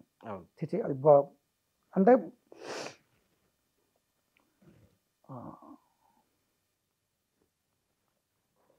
అంటే ఇది కామన్ అండి జనరల్గా. ఏంటంటే అంటే మనము అంటే దాంట్లో స్ట్రగుల్ అయ్యాను నేను. ఎక్కడ స్ట్రగుల్ అయ్యాను అంటే, ఇప్పుడు నేను చాలా బాధపడేది. రీసెంట్గా మీకు కుమారస్వామి అని ఒక అబ్బాయి గురించి చెప్తాను. TRS party founder. అంటే ఫౌండర్ అంటే ఇప్పుడు జెండా పాతిన ఫౌండర్ కాదండి, ఇప్పుడు గ్రామంలో పాతిన ఫౌండరే.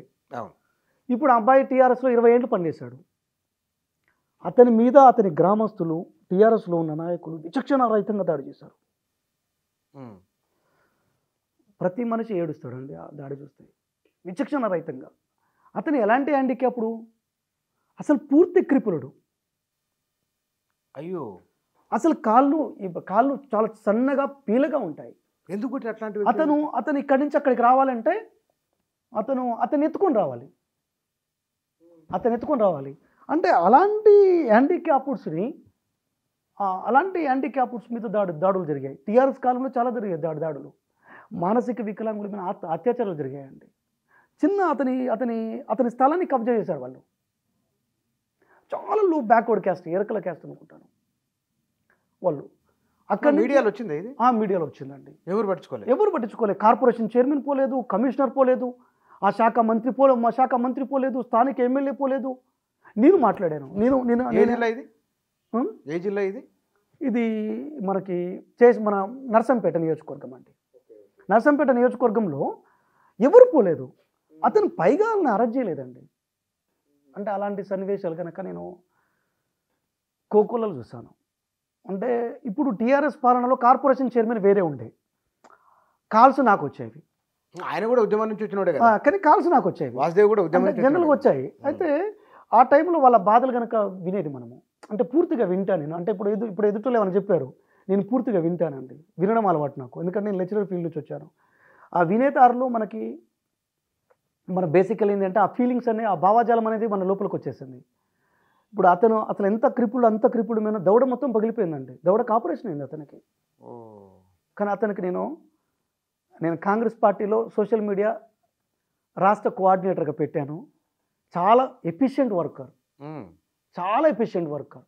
కేసీఆర్ గురించి, కేటీఆర్ గురించి, మంత్రుల గురించి, టీఆర్ఎస్ పార్టీ గురించి కొన్ని వేల పోస్టులు చేసి ఉంటాడు. ఇప్పుడు అవన్నీ చేసింది ఆయనేనేది ఎలక్షన్ ముందు చాలా వచ్చినాయి. అంటే యాక్చువల్గా ఇప్పుడు అతను కాంగ్రెస్లోకి వచ్చాడండి. తర్వాత నేను కాపాడిన తర్వాత కాంగ్రెస్లోకి వచ్చాడు.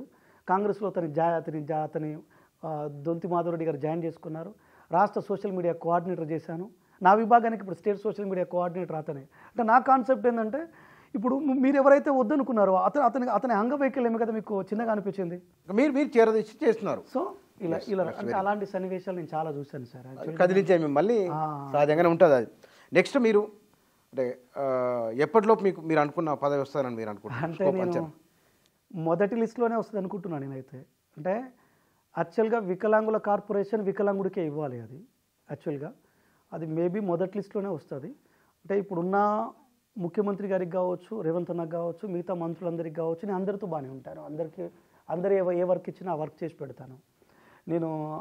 కాబట్టి నాకు మొదటి లిస్టులోనే వస్తుంది నాకు ఆలోచనతో ఉన్నాను. మేము జనవరి ఎండుకల్లా అంటున్నారు కదా, సంక్రాంతి అంటున్నారు కదా, మేబీ సంక్రాంతికి వెళ్ళి వస్తుందేమో చూద్దాం sir. Right sir, thank you sir, thank you very much. మీరు మీ కోరిక నెరవేరే అవకాశాలు ఎక్కువ ఉన్నాయి. మరి చూద్దాం సార్. Best of luck. 100% అండి. ఖచ్చితంగా మీది టీవీ దృష్టికి వచ్చినాయి కూడా, మీడియా దృష్టికి మీ వచ్చినాయి కూడా, హ్యాండిక్యాప్డ్ సమస్యలు కానీ, ప్రత్యేక ప్రతిభావంతుల సమస్య, మీరు చెప్పిన వృద్ధులు, వితంతువులు, ఏదొచ్చినా సమాజంలో ఒక మామూలు వారిలా కాకుండా నాకు సింగిల్ సిమ్ అండి. నాకు ఒక మాట ఏంటంటే సింగిల్ సిమ్ ఎప్పుడైనా సరేగా ఒక టెక్స్ట్ మెసేజ్ పెడితే నేను స్పందిస్తాను తప్పకుండా. మీరు మీ చైర్మన్ కండి, చైర్మన్ అయ్యాక మీ నెంబర్ ఇద్దాం, మళ్ళీ ఒకసారి ఇంటర్వ్యూ చేద్దాం. అప్పుడు ప్రత్యేకంగా వాటి మీదనే చేద్దాం మనం. అప్పుడు congrats. Thank you very much.